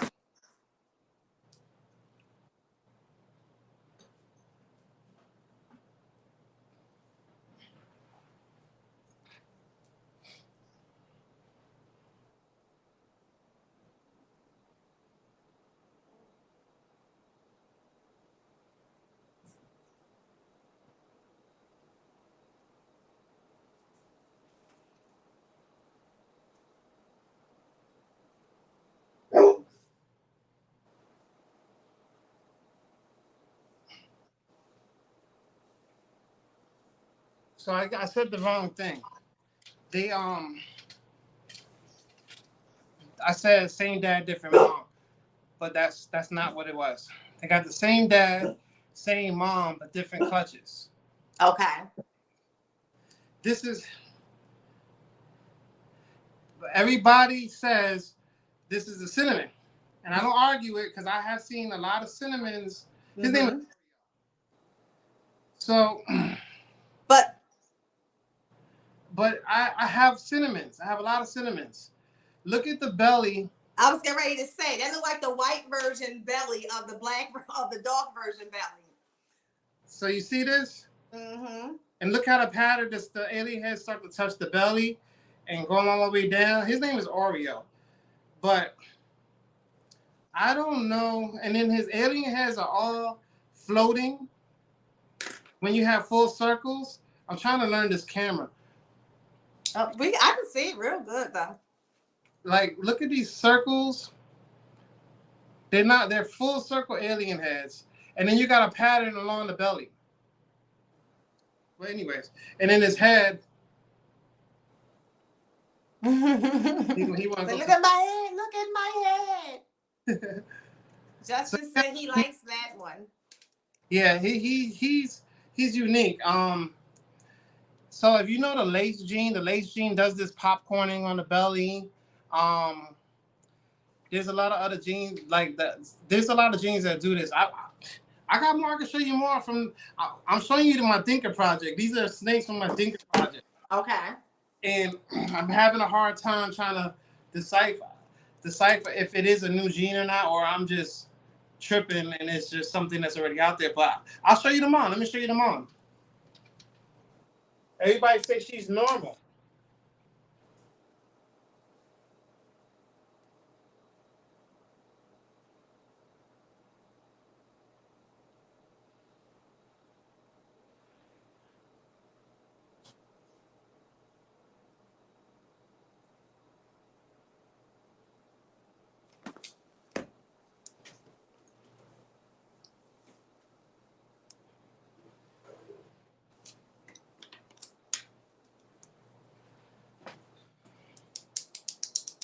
All right. Here's the mom. Now the mom, come on guys, you're on the way. She's brown. She's not black. If you look at her alien heads on the side, it make you think she's a normal. But then you start seeing these wacky like that right there. I mean, jeez. She's like, I'm not staying still for this. She's not. She's not staying still. But it's very hard. Let me show you her belly. She got pattern on her belly. And it's like all the way down. It's hard to show her, but she's big. Yeah, she's huge. She's 3,500 grams. I was gonna say, and you actually is the one who told me to get the scale for that you use the weigh Freon refrigeration. Yeah. And did you get it? I did. Yeah, that's how. Because it's so funny because certain states won't even read on a smaller one anymore. So that one is like perfect, and I like how it holds the weight. Like once you grab it, it holds it. You can even weigh your VTIX on it if you put it in a bucket. First, I'm going to say their asses ain't staying still. She cut her back because they are approximately. She's definitely probably a normal, but I feel like something else is going on in her because all of her offsprings are showing something that she has. Okay.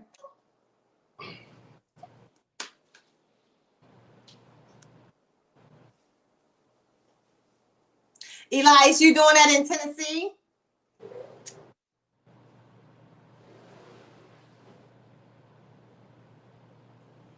So yeah, if you guys have not, if you can, it might be in my YouTube too, but I know it's in this link. But if you go to my Instagram page, there is a link to donate to the Cancer Walk, or you can inbox me and I'll forward you the link so you can donate directly to Susan G. Coleman.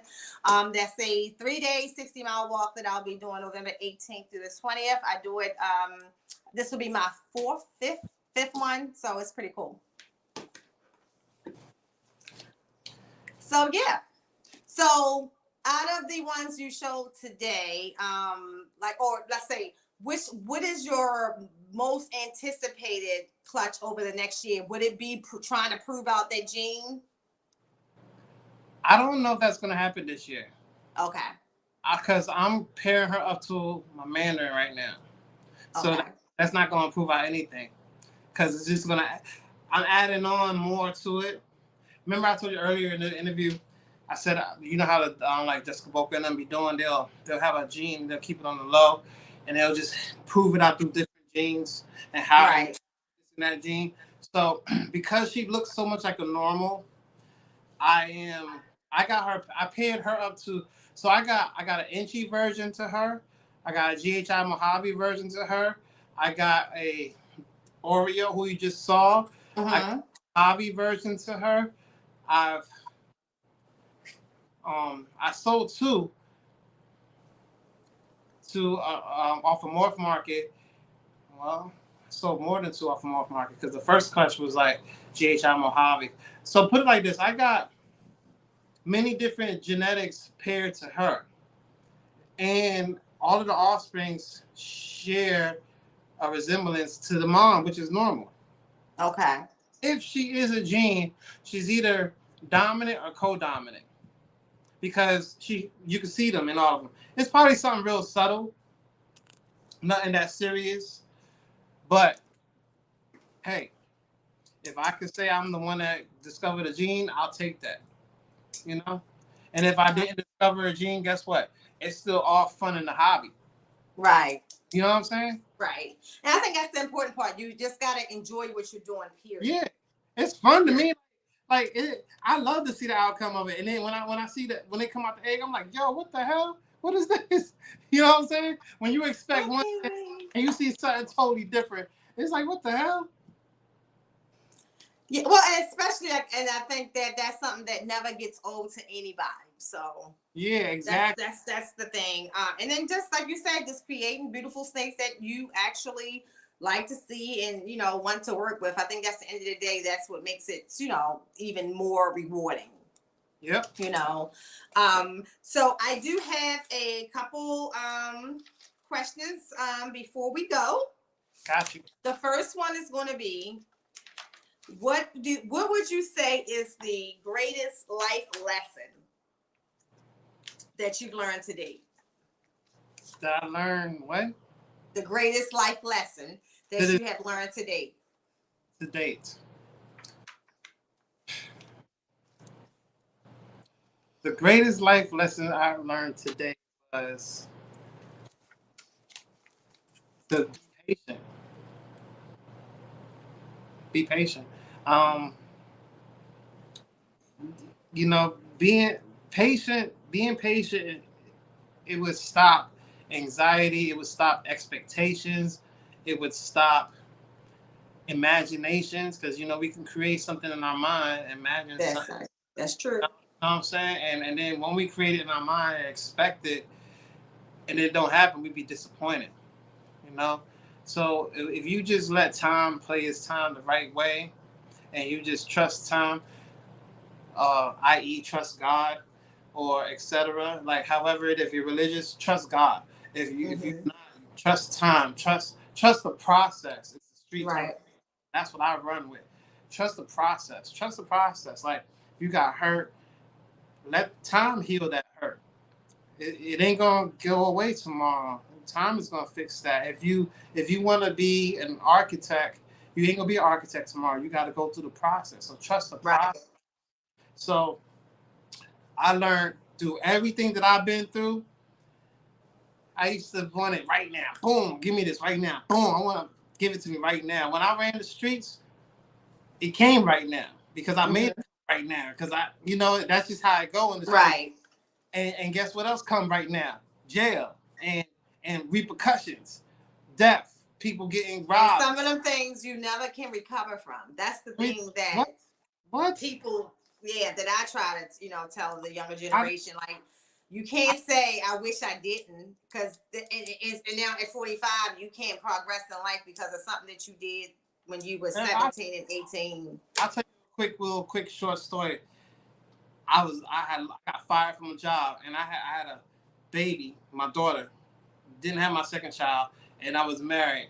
Got fired from a job. Didn't know where I was gonna get. She wasn't even working. She solely depended on me because remember I was Mr. Rapper, so she thought I was gonna be famous and rich.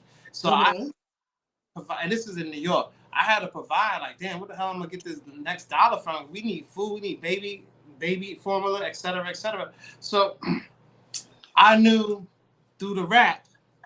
I'm in the studios with all kind of people. I told you earlier. I knew somebody that had something that somebody else wanted, and they didn't know each other. So I took the money from the person that I know to go meet with the person that I knew, and got robbed for it. Had Oh, wow. my throat, and the dude pulled the trigger, and his gun jammed. Yeah, and I saw my life flash right in front of me. Yes. And when the gun jammed, he bent down to cock it back again, and that's when I ran. But they already got all the money. Tell the dude that I got the money from what happened, and he said, "Well, you owe me this money now." I'm like, "Yo, dude, He was only gonna give me $100 to do what I had to do for him." Mm-hmm. I left the streets alone after that. That was it. That was it for me because I struggled to pay this dude back who I thought was a friend of mine who I was looking out for, who didn't even care that I got robbed. All he wanted was his money back. So I was like, man, this is messed up. So I left the game alone. So this is my street eye, because I'm a hood girl. You sure he ain't set that up? Nah, he definitely because Okay. so this cat, I'm from Brooklyn. This cat's from Queens, and the people I was doing business was in Harlem. You know what I mean? Okay. Harlem cat. I didn't even know they were Bloods. See, I'm Brooklyn. Brooklyn got its own reputation, but Harlem gets down. And I was sleeping. I got caught sleeping. That's all. Wow. Yeah, and that's when you talk about, the difference. That's definitely God. When someone puts a gun to your head and intends to shoot it and it doesn't go off. Man, yeah. Listen, that I'm never scared. I'm still not scared. I'm not even gonna show them, but I got tattoos. One says trust none, fear none. I got all kind of tattoos. But that moment, it made me realize that I can get it in legitimately and forget the streets. Yeah. So streets alone from that time, and I took the street knowledge and the street hustle and I applied it to real life. So now I'm good. Like, I got my own apartment out here in Virginia. I could get a house soon. I'm working on a house soon. You know what I'm saying? And I got my Sincere Exotics is a real business. It's not me using a nickname. I have my LLC. Sincere Exotics is a DBA under my LLC. I have 3 companies under my LLC. My LLC is called Unmudded Souls Unlimited LLC. I got my own record company under it, which I don't do nothing with. Got the clothing line, Sincere right here. This is a statement. Sincere right here means to be true to yourself. Sincere means to be true without false pretense. You know what I'm saying? Like, sincere. Stop it, girl. Sincere means to be true. Come on. She good. My sincere was given to me from my friends. It's an attribute. They said I am sincere. I don't know. Come on, girl. Like sincere is my attributes. It's my personality. So that's why I got that name. My other name is Slim. My name is Anselm. Anselm means God's helmet. God's protector. So all of my names mean something. You know what I'm saying? So no matter what goes on in my life, I'm gonna thrive. But I could not live that street life because I was very successful in the street life for too many years. If you Brooklyn, hold on a second. Brooklyn, come here. Cut it out. All right, she good now. It's a time limit for everything. You have to do your time and whatever it is and move on. But if you get stuck in something, it's gonna bite you. So I had to leave it alone. That's all. That's all I'm saying. I know it's time to go. We've been on here 2 hours. So it happens sometimes. I tell people that all the time. The goal be 1 hour to 1.5, but when it's a good story, like I said, we knew, because everybody knew that they wanted the answers to these questions. And I wrote down different things. Like if people told me to ask a certain thing, I wrote them down. But I think that it's good to see you in this light too, because I think to people who don't talk to you like I do, right? They would think that you're not approachable because you seem so serious. And you know what I'm saying? Like, you seem so serious. But when we first started communicating, we didn't know each other, and I didn't feel that way. I didn't think that you were, I can say that you were reserved, like, you know what I'm saying? Like, you were reserved, but I didn't think that you were unapproachable. Yeah. And I can definitely speak for myself. Like, I think that you gave me plenty good advice and info, breeding tips. Like, I remember when I saw my first lock, I sent the picture to you, you know. I remember. Like, yeah, like, I'm like, is this what this is? You know?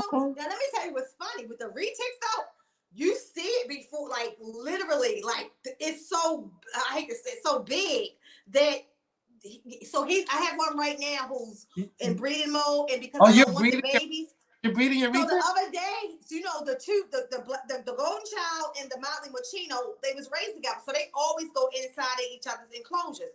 So I took a picture the other day. I sent it to Keys in there.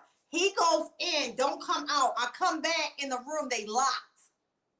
You about to but he was already arching and stuff, right? Yeah. And I'm like, maybe, but they locked. And I didn't leave him that long. He was out. Like, so wait, hold up. What's the male? He's a Motley Machino, and she's a Motley Golden Child Sunfire. I want one. I don't want them to get pregnant. I want one. So, but the thing was, once they got in there, they was already locked. My husband looked at me and said, "You might as well let them just close the door, let them do what they're doing." So they did. They unlocked like the next afternoon, and I took them. You know, I got them back out. But what I was proud of was when, you know, with retics, where they can become challenging is when the male is in breeding mode. And he was so kind, still arching, but he wasn't like freaking out or anything like that, thank God. But like even right now, he's trying to get out and she's looking for him. So both of them are ready. This is the thing.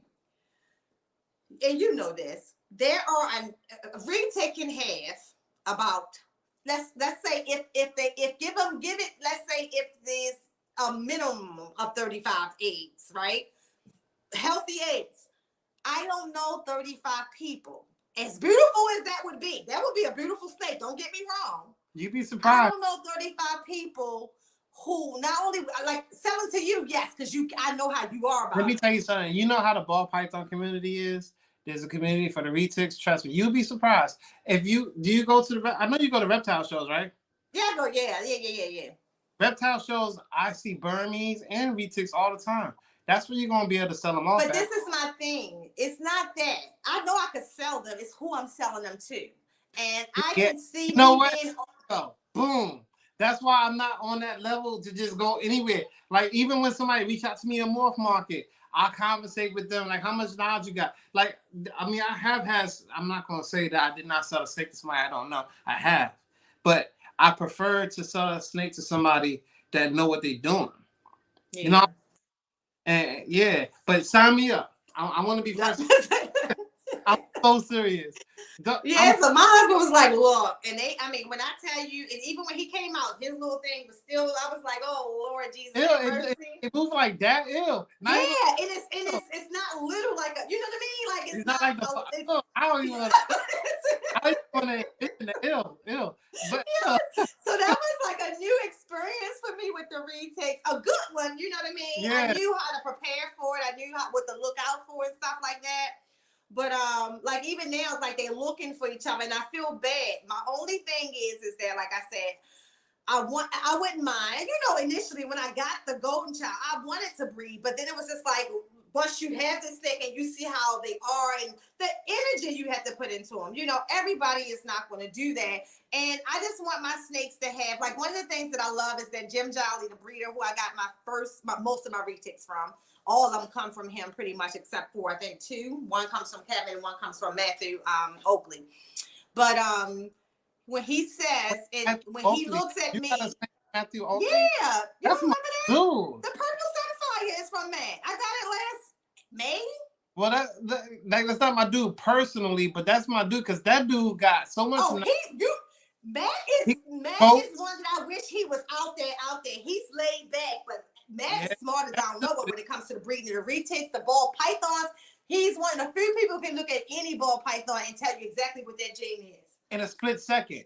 In a split second. And people be trying to argue with him like just people don't. The man knows. So I have much respect for Matthew Oakley. And even though I don't associate with bro, I communicate with Matt all the time. Like he was just chatting the other day.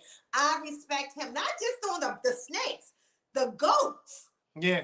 How many black people do you know breeding $15,000 goats? That's what grabbed my attention with him. When I saw that he was breeding goats and he had farmland and he had these big old snakes, I was like, damn, he's different. I'm going to get him on here. You know, Matt is not a real talker, but I'm going to get him on here. And he's always working a lot too. And then of course he got, he's a single dad and he, he has help, but he's about his daughter. I know that vibe all day. There's a lot of single dads I had. It's weird because there was a time it was a lot of the main thing. Shout out to all the single dads because it ain't easy. Especially the ones who do hair. I did my daughter's hair before. Dang, what I did my daughter's hair before. He does hair. I don't do hair. I don't do hair, but I did my daughter's hair before. And she was mad, but I had to do what I had to do. I love it. Yeah, so I love Matt.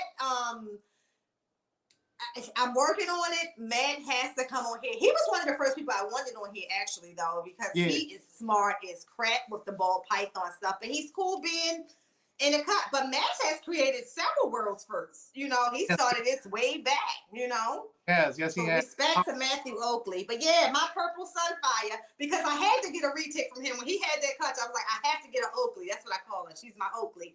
So I got her from him. But yeah, she's a beautiful snake too. Beautiful. But yeah, so those two, and when Jim said to me, he said it's so refreshing when he sees Randy and myself with our retakes, because if he thinks about what life he wanted for his animals, it's what we give them, like letting them to get out and go around. And first of all, shout out to Randy. I think Randy got the cleanest retakes, and I have yet to see anybody. You know what I'm talking about? I think I reached out to him trying to find him one time. Yeah, because he used to be in a group. Yeah, but we talk again now. But I think when he left the group and I was trying to find him before I got the retakes, I think you was one of the people I reached out to you asking, did you know him? I actually haven't been in that group in like almost a year, and then recently I wasn't in I'm back in the group now. My personal page is in the group, not Sincere Exotics, but I don't know how I'm not in that group. I don't know how I was in there, and then all of a sudden I wasn't in there, and I just left it alone. But back in there now. But yeah, there's a lot of people out here that got a lot of knowledge to share, and I like to I don't reach out to them personally because I don't know. But what I do is I just pay attention to their posts and I pay attention to their experiences and mental notes, and I learn and I absorb it all. I learn from you. Like I learn from everybody. Like I don't care if you knew, I can learn from you. I don't care if you've been in this forever, I can learn from you. Like hey, we all gonna learn and we're gonna continuously learn. So like I said, like I respect you. I see your process and I see your progress. And I like how you found your lane, because I remember the I said, yo, this right here is what you should be doing. I remember saying that to you, and all you sure did. You sure did. Boom. It was. I'm gonna tell you when you said it. It wasn't even a podcast yet. I went to when I interviewed Kevin. Man, he sent me a message. Was like, girl, that's your thing. Like that was one of the best interviews. You did an awesome interview. That's your thing. You need. That wasn't even an interview. That was a gift from your husband. Right. Exactly. That ended up being a conversation. Right. That was a gift. I remember you sure did. You were that was a gift to you. You ended up taking your experience and start asking. I was like, yo, hold up, yo. She asking the right. Well, the thing was, he was totally different from what I thought he was going to be. So when I saw that he was first of all, he was impressed by us being there, and when I saw that it was like so personal, it was just like, and then he was like so cool. It was like, it was that today. I always tell everybody, when I die, that is something that whoever's speaking better talk about in my life events. That was a life changing. It should have been. Of course it was. He one of the dudes that like introduced Spider into the world and yeah. You heard him, all of the genes that he actually he's one of the that we wouldn't even have today. So put it like this: him, Brian Barczyk, and certain other one, they're like the forefathers. Right. You talk to one of the pioneers. What you mean? Of course.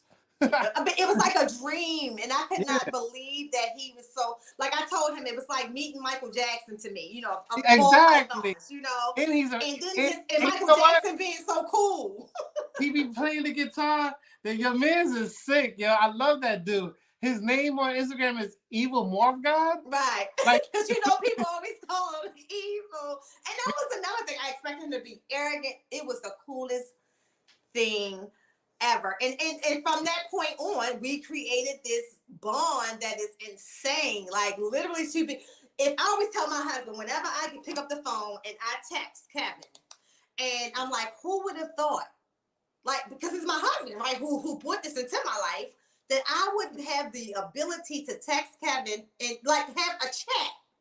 And sometimes he does like this chat room thing. We on the chat room and we're talking like that. To me, again, my husband, if it wasn't for him, you know, let's do something different for Valentine's. It was COVID, all that kind of stuff. We couldn't travel really. It would never be what it is. And I think even now today, my experiences with breeding and all, just having him in my pocket, like I can send him a picture of something and he knows. I don't have to give him a whole scenario or nothing. Hello, nothing. You got Ozzy boys in your pocket. That's my dog, though. Hello, you got the big dog. But it's just like they just like so again, Ozzy, cool as crap. You got you good. You good. I ain't gonna say no more. You good. Thank you. I try to, you know, just be but again, you know, try to be good. I think that for both of them, what they respected is how my passion, and they feed my passion. And Ozzy always reminds me, you know, because one of the things that stresses me out, by being patient, I have yet to have a clutch of ball python eggs, right? And Ozzy always say to me, but when you do, hold up, you didn't make a clutch yet? No. Oh, I can't wait. I can't. No, I mean, now, don't. Who is this? Ozzy boy? Speaking. Like, Ozzy boy? It's a snake. No, it's a snake. I'm like, who is this busy? Busy done got out. Michael must have had the top off. and he might want to breed. But Oh, wait, yeah, hold up. You just look to the side of the snake and just yes. loop? I was like, who is this? Hey, I can see hey, this up there. I live in an apartment. I can't have that. If my neighbors find a snake in their crib, it's over for me. Yeah, Michael must have just had him, and he must have just came on over to the other side. He's trying to go to his girlfriend. That's another thing I noticed with ball pythons. They sometimes know who the girlfriend is. Like, because I had the girl, I put a male in with the girl that he normally breeds with. She wouldn't touch him.